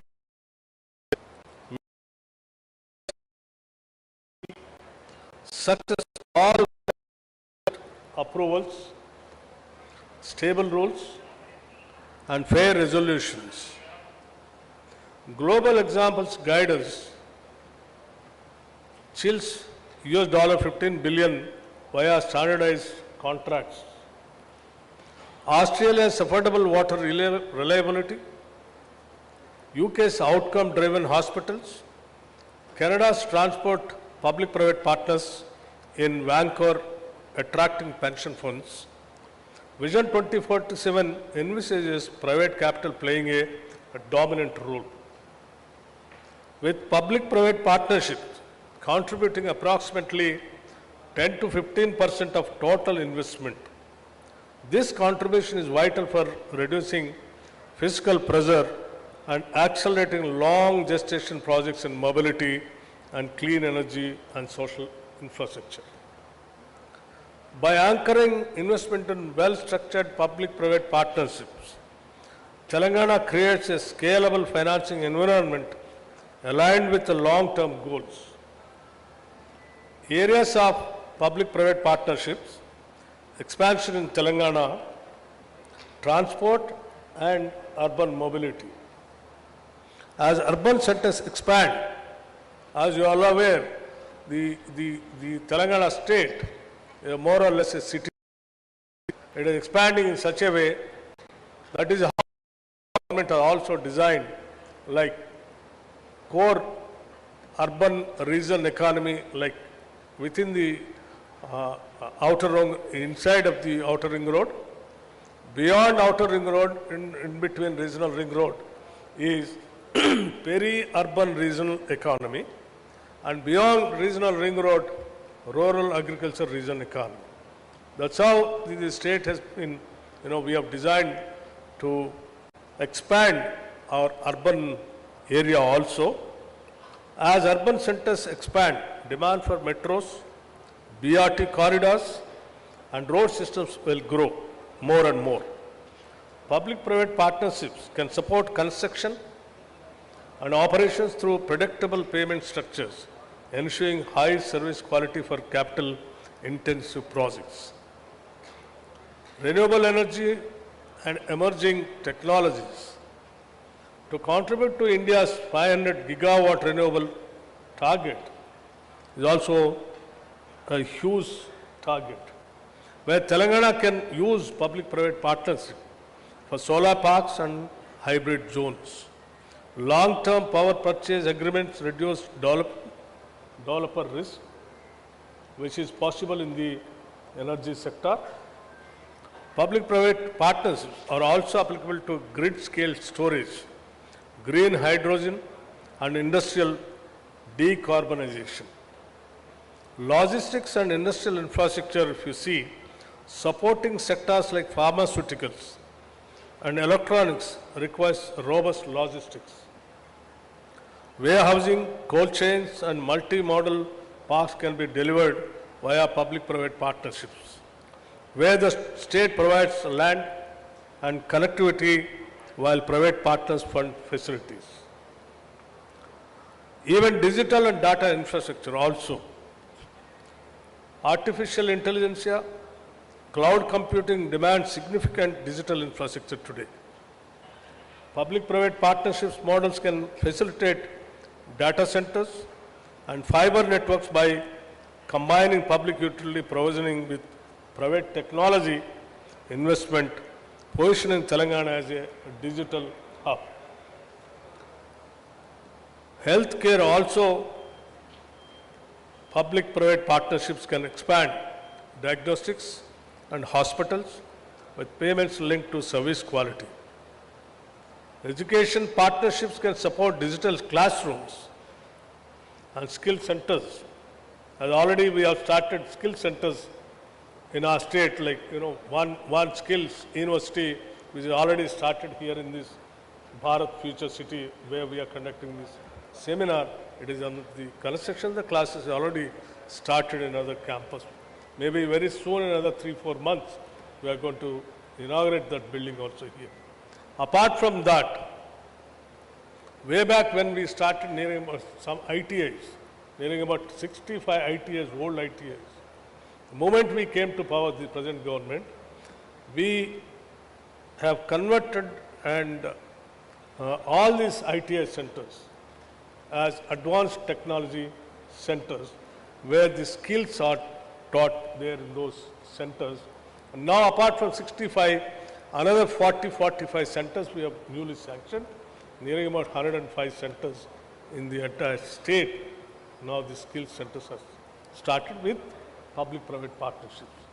Many of the industry leaders involved in this skills university and advanced technology centers also. Their participation, they deciding the syllabus, they are selecting the academicians, and they are teaching and taking them into their companies as their workforce or talented human resource. So, outcome-based contracts here, workforce contracts tied to job placement and skill development programs. And water and sanitation also, performance-based models can enhance operational efficiency. Advanced PPPs, tools for Telangana's investment agenda. To attract long-term capital, the state can employ sophisticated instruments, partial risk guarantees, mitigate regulatory risk to attract institutional investors. Outcome-based financing links payments to specific indicators, learning outcomes like aligning public goals with private operations. Blended capital combines public capital with private investments for innovation-driven sectors. Revenue-linked models like strengthen viability in sectors with stable user fees. So these kinds of areas where all the public-private partnerships can be taken a serious partnership kind of a thing, and your core area where you can really concentrate and join with us in the Telangana Rise for the 2047 our vision of reaching our $3 trillion economy by 2047. So, request is to financial institutions like ADB, World Bank, or Blackstone, or any other, for example, the other friend is also here, like all your people can think about the Telangana. Telangana is the one state in this country which is attracting not only the states of this country, the whole world is looking towards Telangana. The kind of infrastructure what we have already given and what we are going to give to the state are going to be a biggest strength for the investors. And it is a heaven for the investors to come here and to take part in our rise.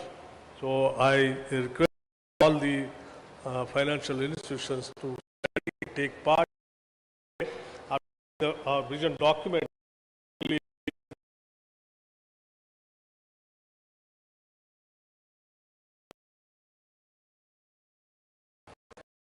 And Telangana's $3 trillion demanding a substantial investment gap that public resources alone cannot cover this dream.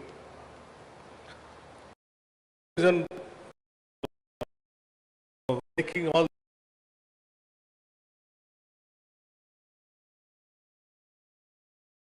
efficient solutions by maintaining fiscal production.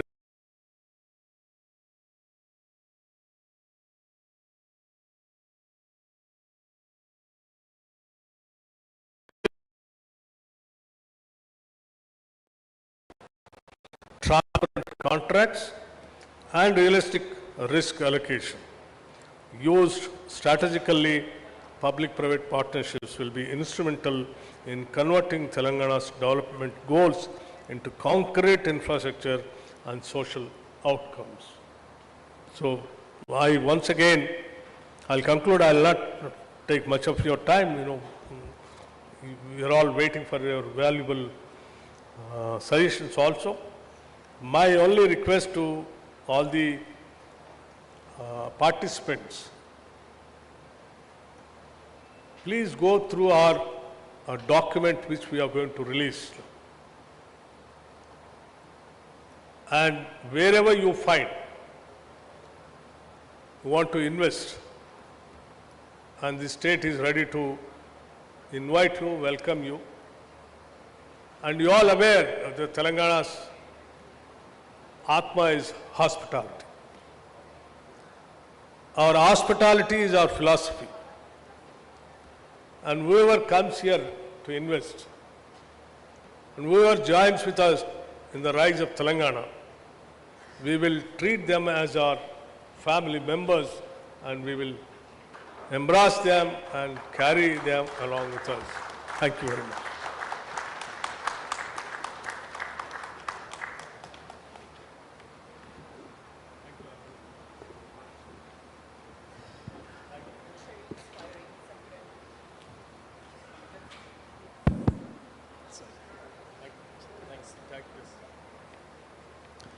Thank you, sir. The Honorable Deputy Chief Minister has emphasized the importance of the PPP and the success which Telangana had in many of the important projects like ORR, Metro Rail, Skill University. So these are all very, very successful projects which Telangana has already executed before. And he has also emphasized upon the limitations of the state government in raising the finances. So that's where the importance of the public-private partnership becomes very, very important. Our Deputy CM has also emphasized that, as we have kept a target of $1 trillion by 2034 and $3 trillion by 2047. So our investment rate, which is at present the 37%, has to go to 50%. So for that we require more funding for accelerated development, accelerated growth rate. So so our Honorable Deputy CM has made it very, very clear in the beginning itself as to why we are pitching for public-private partnership. And our experience in the past, basically we are trying to convey that our state is very, very ready and poised for this kind of investment. Our Deputy CM has also said that today evening our Telangana vision document is going to be released and all the participants are requested to go through it, and wherever there is a possibility of investment and doing something more concrete technologically, I think the state will be welcoming all of you. With this, we will move to the next part of the question. I'll ask Harsa Khubchandani, that is for future ready infrastructure. With plans for logistic parks, industrial corridors, and increased energy needs, how can PPPs be leveraged to build and finance future-ready infrastructure that is resilient to climate change and driven by frontier technology, moving beyond conventional projects? Harsa. So, thank you for having me here. I think future-ready means many things, and you rightfully pointed out. One is resilience to climate change, resilience to natural disasters, and the other is being prepared for technology upgradations. So we'll take the climate change first. I think it is a reality now that our temperatures are rising, climate patterns are changing, and when you are doing the due diligence and project preparation for logistics projects, for warehouses, for industrial corridors, you have to consider that the average temperature of the last 10 years is not going to be the temperature in the future. It is going to be much higher temperature, chances of flood might be higher, all those things need to go into your design of your project. So you have to be prepared for higher temperatures, you need to prepare your drainage design accordingly, you need to prepare your cold chain accordingly, you need to prepare the warehouse design in such a way that the temperature, when it is very high, also your products are fine. Same for industrial corridors, the road might crack at very high temperatures. These are all small examples of how the climate change is affecting our projects today. It means that the maintenance cost is higher for such projects. It means that the developer who took the risk of those projects before is now not making the profits that he thought he would. So all of these things need to be incorporated in the project stage, in the project design stage, and all projects that the government of Telangana is now considering on a PPP basis should take up a climate change assessment as part of the technical due diligence part. The other now is the technology readiness of our projects. Now, this is something that cannot be predicted today for a 30-year project. Chances are that for the next 10 years, you might still be able to predict technology, but beyond that, it is very difficult to. This requires your contracts to be flexible. It requires that the parties approach projects in the spirit of a partnership and not that, oh, technology is changed, you have to push the developer. The technology also has a cost. So some and some understanding and consultation between parties is required at such stage, and the contract, the PPP contract, has to be designed to accommodate the excessive cost from better technology which might need to come in. These are just some examples, but the bottom line of what I'm trying to say is that a lot of the work has to be done at the preparation stage. Please prepare projects carefully, take the time for the due diligence, and then when you bring them to the market, the industry prefers certainty around projects and well-prepared projects. Thank you, Harsha. I think you have touched the moot point of this climate, readiness, where it's very, very important that when we prepare the plan or prepare the DPR, it is very important that we keep the climate readiness in mind and future rising temperature in mind. And she also spoke about technology, readiness. As we all know, the technology is moving very, very fast, and the technology which is today may not be there after 10 years. It may be something else. So flexibility in the plan is also very, very important when we do the PPP, so that investor is very, very confident about it. So thank you, Harsha. And I will move to the next question. I request Mr. Gauri Shankar about green infrastructure. Given Telangana's focus on green energy, what innovative PPP models can be used to attract private capital for large-scale renewable energy projects and sustainable public transport systems while ensuring a viable return on investment for partners? Honorable Deputy Chief Minister Garu, Shri Sandeep Garu, fellow panelists and dear delegates, chala santosham ivala participate chese dantlo in this great event that is being organized at such a short notice. On the specific question of what models can be adopted, I think it's fairly simple. I mean, PPP projects evolved because these are largely very, very long-term projects. Some of them take 20, 30 years. Financial viability is quite challenging, and that's the reason why it was felt that a public and a private enterprise should jointly solve for it. Otherwise, each entity on its own would find it challenging.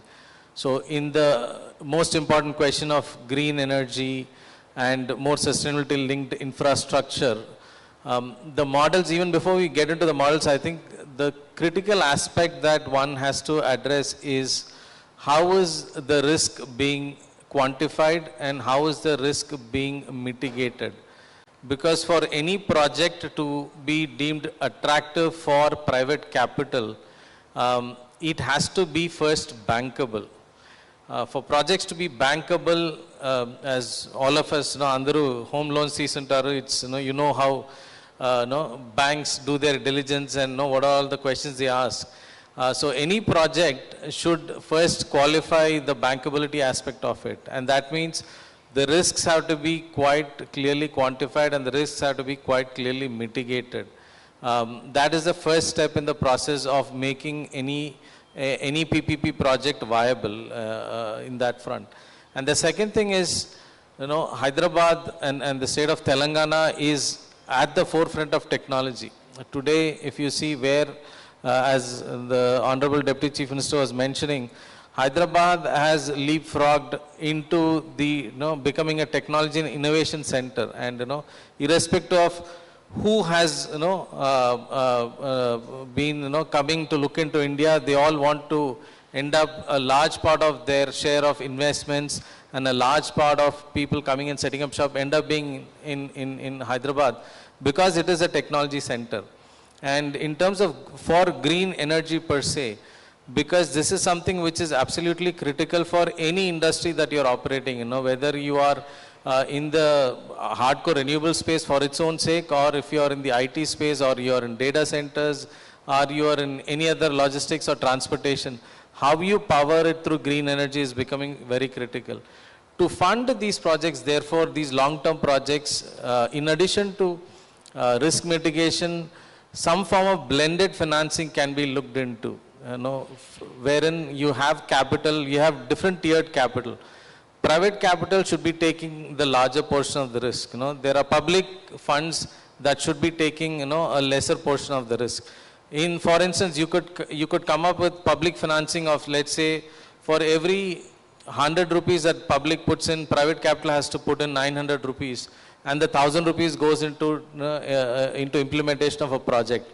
And the risk and rewards can be, linked in the manner that who takes the bigger risk gets a bigger reward, and who takes the lesser risk get the lesser reward. This sort of gives us more comfort that for private capital, that there is someone else, the local communities through the government and through the public are actually underwriting the risks of the project and are serious about the execution and the completion of the project. So that is one community-based private partnership model, which I think can be seriously looked into. The other part is because this lends itself into sustainability, green energy. Sustainability linked loans, this has to be sort of, definitely be made part of the project. And the project also has to be broken up into enough pieces. The one other challenge we typically have in PPPs is that it's contractually very laborious. It's a long-term contract, and as Harsha was saying, it's, you have many things change, during the course of the contract, and usually this leads to a lot of wishful requirements sometimes coming up, and there is a long-term interest of the private capital and the government, but the contracts who are working on are interested in the short-term nature of their execution. So you need to have mechanisms wherein both of these can be bridged together, and sustainability linked loans, which are measurable, kind of ensures that there is incentive and there is cost optimization.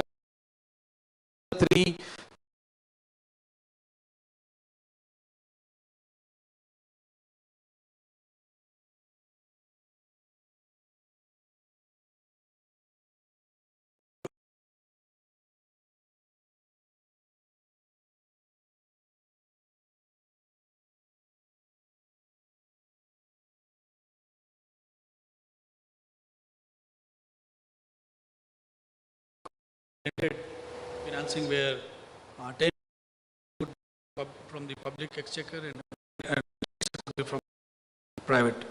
I think this is a very important point you have touched.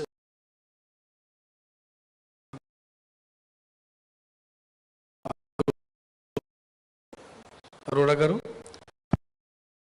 Telangana is reportedly exploring property monetization to bridge resources.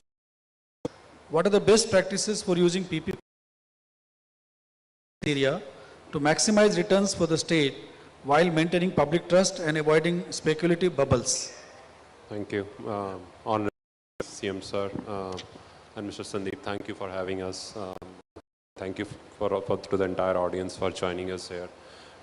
Sir, you pointed out rightfully that the PPP model is not essentially about maximizing the economic value. It has to be balanced with the social impact and how do you maximize the value for the general public. So that fine line that you have to tread, I think we have to be very, very mindful of where do you draw that line. And I think coming from a business community, I think we always think even from a PPP perspective as the way to do it most efficiently is just to see it as any other organization and streamline the entire decision making. Now, obviously, there are certain key components of every PPP model, and you can have a playbook around this and then customize this to a specific project. So so to focus on some of the critical parts, right? What could be the reserve price for the land, right? Now, it's important to have the right assessment of the fair value. As a government, you obviously don't want to fire sale anything, but at the same time, you don't want to discourage private participation. It's easier to get anchored to where the last bidding happened and adjust it for inflation, but markets change, the systems change, the priorities change, and hence every time we are trying to do a PPP, it's important to do a fair assessment and have a thought process around what the base price is going to be for this. I think the second aspect of this is exactly how do you monetize this land bank. Now there are various models. You can do an upfront sale, you can do a long-term lease, or you can do a mix and match. Again, it depends upon which asset, which market, and what are the priorities. In some of the city center projects, probably the private capital would be keen to front load their entire capex, but in some of the peripheral locations where you want to encourage them to come to, you might need to give them concessions where the lot of capex is not front loaded, but essentially in terms of the lease payments, it's given over time. I think the third critical component of any ideal public-private partnership, I would say, is how do you ensure that the execution contract is watertight and there is no speculative bidding. So whether it's about the lockouts on further sale, whether it's about allocating a particular piece of land for affordable housing, or some of those, or standardizing the entire unit mix and pricing mix to ensure that everybody is aware of what the variables are and what are we playing around to create value or generate returns in this PPP. And I think from a government perspective, when you put all these three things together, you overlay this with how do you actually account for this. And from an accounting perspective, I would say again two critical bits. One would be to be very, very transparent about off-balance sheet liabilities in terms of any state guarantees that you are giving or any kind of subsidies that you are giving which are long-term in nature should definitely have a sunset clause and very, very transparently disclosed to the private party as well as to the public in general. And also from a revenue perspective, these are capital inflows. So not to confuse them with a recurring revenue expenditure and not plan your budgets around this. And effectively to keep improving this efficiency and to ensure that the best practices, probably it's not a bad idea to have a dedicated PPP a committee or a land monetization committee which effectively consists of technocrats who are maximizing value for the government and public as well. Like from our perspective, we would say that government is an entity which public is a shareholder. So you set up that committee who works for the government, who works for the shareholders of the government to maximize the value. Good, Mohit. I think you have touched a very, very important point, particularly about this different mode of PPP financing. You spoke about, when we talk about land monetization, you spoke about outright sale, you spoke about lease model, and it depends on the investor whether he wants to offload the front load the capex or if he is not interested in front loading the capex. So you spoke about different models, then you spoke about execution of watertight, timeline. So I think that is very, very important. And last point which you said about dedicated PPP committee, I think is an important suggestion which we'll definitely discuss upon once the conference is over. And now I'll move to the next question, which I'll request again to Mohit. Affordable housing. How can PPP models be structured to accelerate the delivery of high quality, affordable housing, especially in fast growing urban centers like Hyderabad and second tier cities, ensuring this growth is inclusive and aligns with Vision 2047? Sure, sir. Sir, as Blackstone, affordable housing is very close to our heart.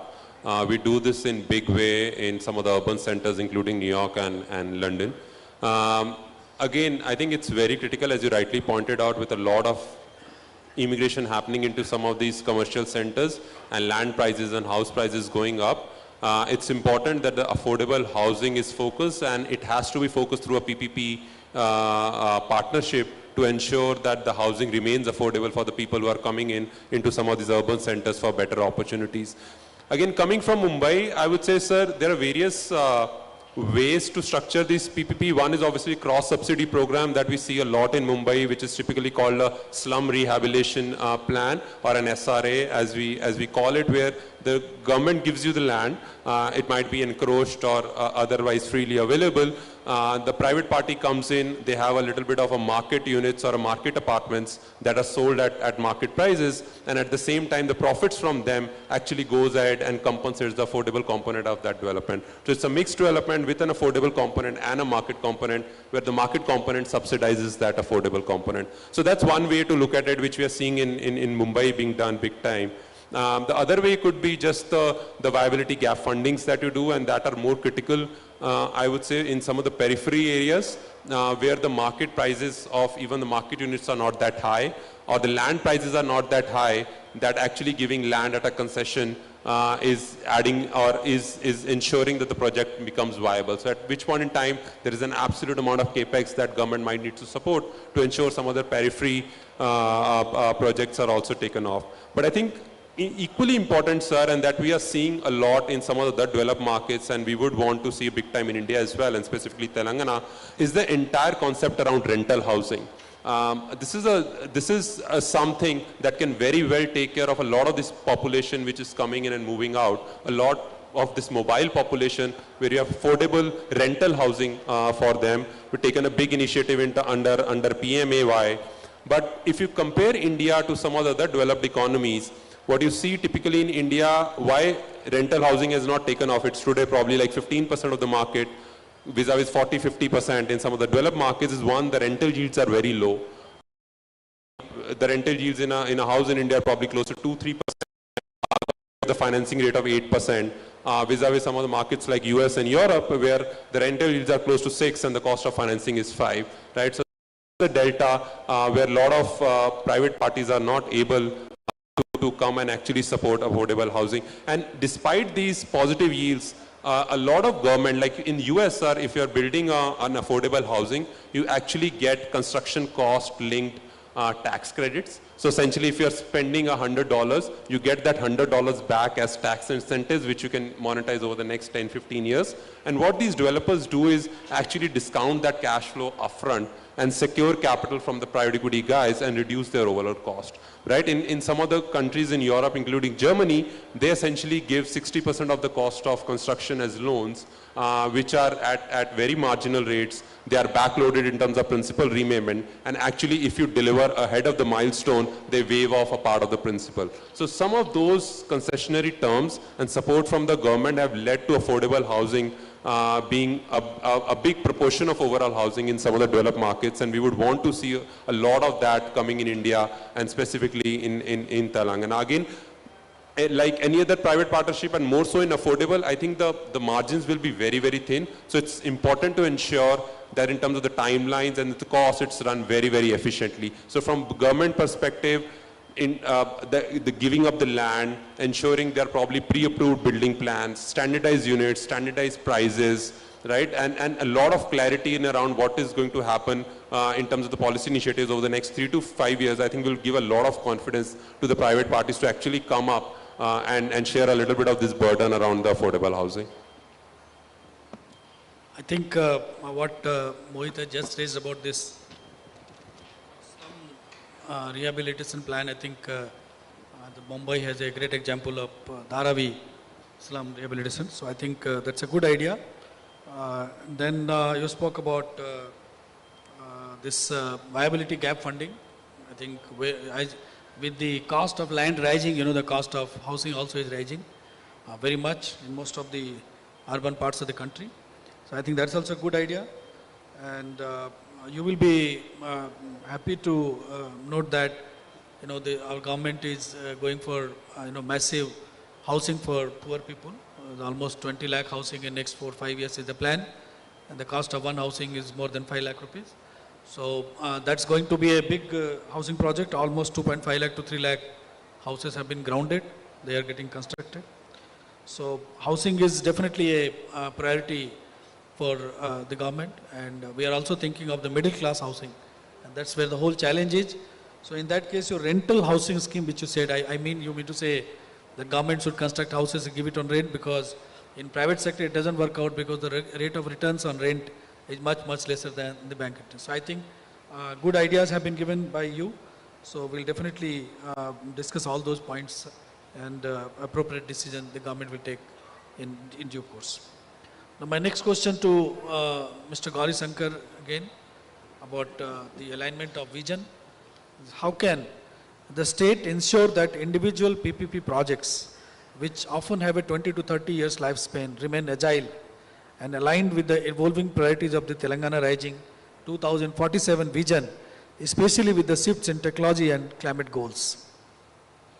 It's a very interesting question, and like I was mentioning before, one of the most critical risks that are there is the long-term nature of the PPP partnership that happens, but the world evolves, and of late the world is evolving much faster. The first step would ideally be to break up a long-term contract into multiple smaller contracts. There can be a core delivery that is required, and then there can be smaller packages that are around.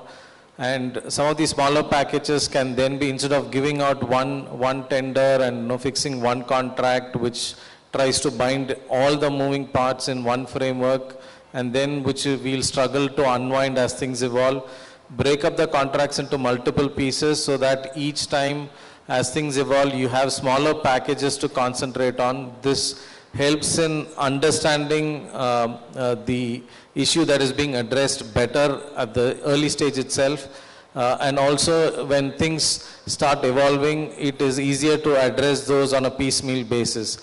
And because it will be in multiple packages, you could involve multiple partners for each of these packages, which means that you are having better oversight and more participation into these contracts, and it gets vetted. The more diligence get done by multiple parties, the more risk assessment happens, and the more things that can go wrong and that can be done better is coming out in the upfront itself. And the second thing which one could look at is actually kind of reimagine how you measure performance itself. If I mean, let's take an example. Let's say the government wants to build a road, and the road building is required as a part of decongestion. There's a lot of congestion, and that is affecting public transport, and therefore you need a bigger road and a wider road. So the contract is going to say that, okay, we are going to lay a 10-kilometer road. Who is, and this is the timeline we wanted. These are the specifications. Who is the best party that can come and deliver this? Could we relook at it in a different manner as a performance-based, which is, I know it is simplistic, maybe difficult, but just for an example, instead of saying a 10-kilometer road, can the government say that I want a partner who is going to deliver me a solution of making people reach from point A to point B in 15 minutes. That distance is 10 kilometers, but that is the physical metric of it. What essentially people and the public need is, what is the time that they are going to take to commute.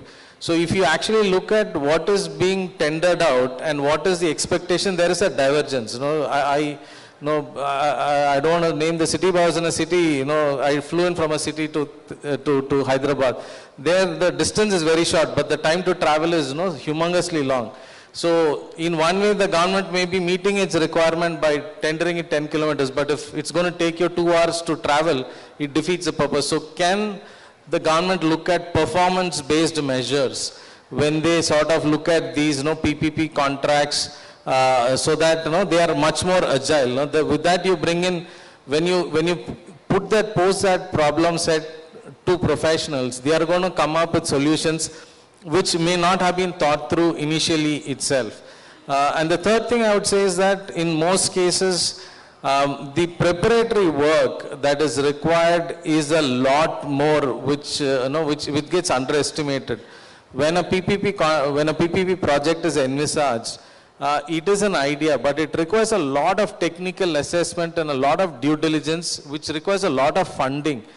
So I would recommend that the government actually look at setting up some fund, allocate a fund which actually looks at diligencing the projects much more rigorously, and so that when those contracts are coming to the market, they can be easily understood and they can be easily sort of tendered and participants at it. It does cost a little bit upfront, but it saves a lot of time value of money for the government. You know, the government may be putting 10 rupees today, but if it's able to save 6 months or 12 months of timeline, the amount of benefit that it is able to pass on to the eventual public is humongous in terms of value. And the last point, to bring in the private participants ahead of time. There is a lot of times when private participants are happy to do pro bono work with the government to find out solutions. No, they may not end up winning the tender, but that is okay.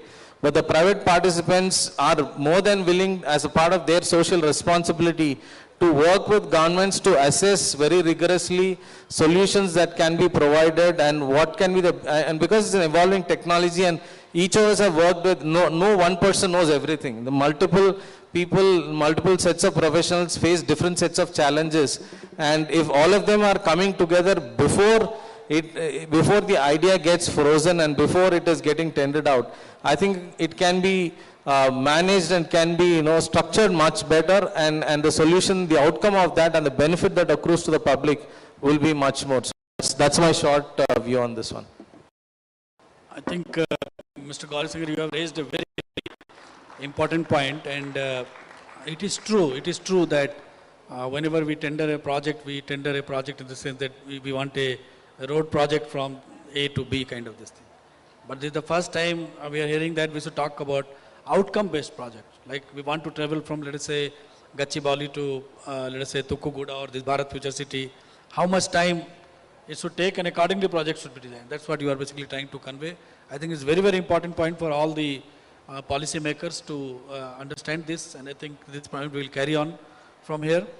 And second point which you told about this, this preparatory work which basically goes before the, PPP projects.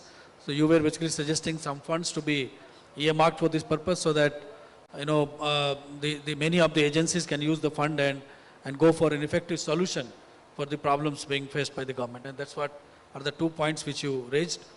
Now my next question will go to Miyo again, is regarding the social sector. This beyond economic growth, how can PPPs in social infrastructure such as healthcare facilities, education hubs,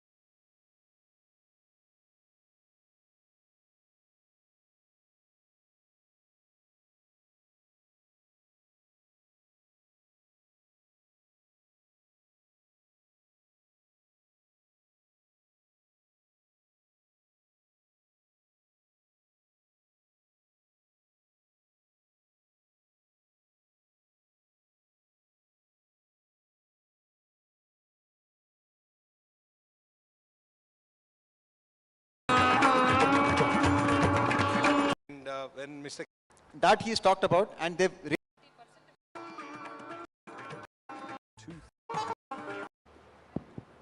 which we are going to release.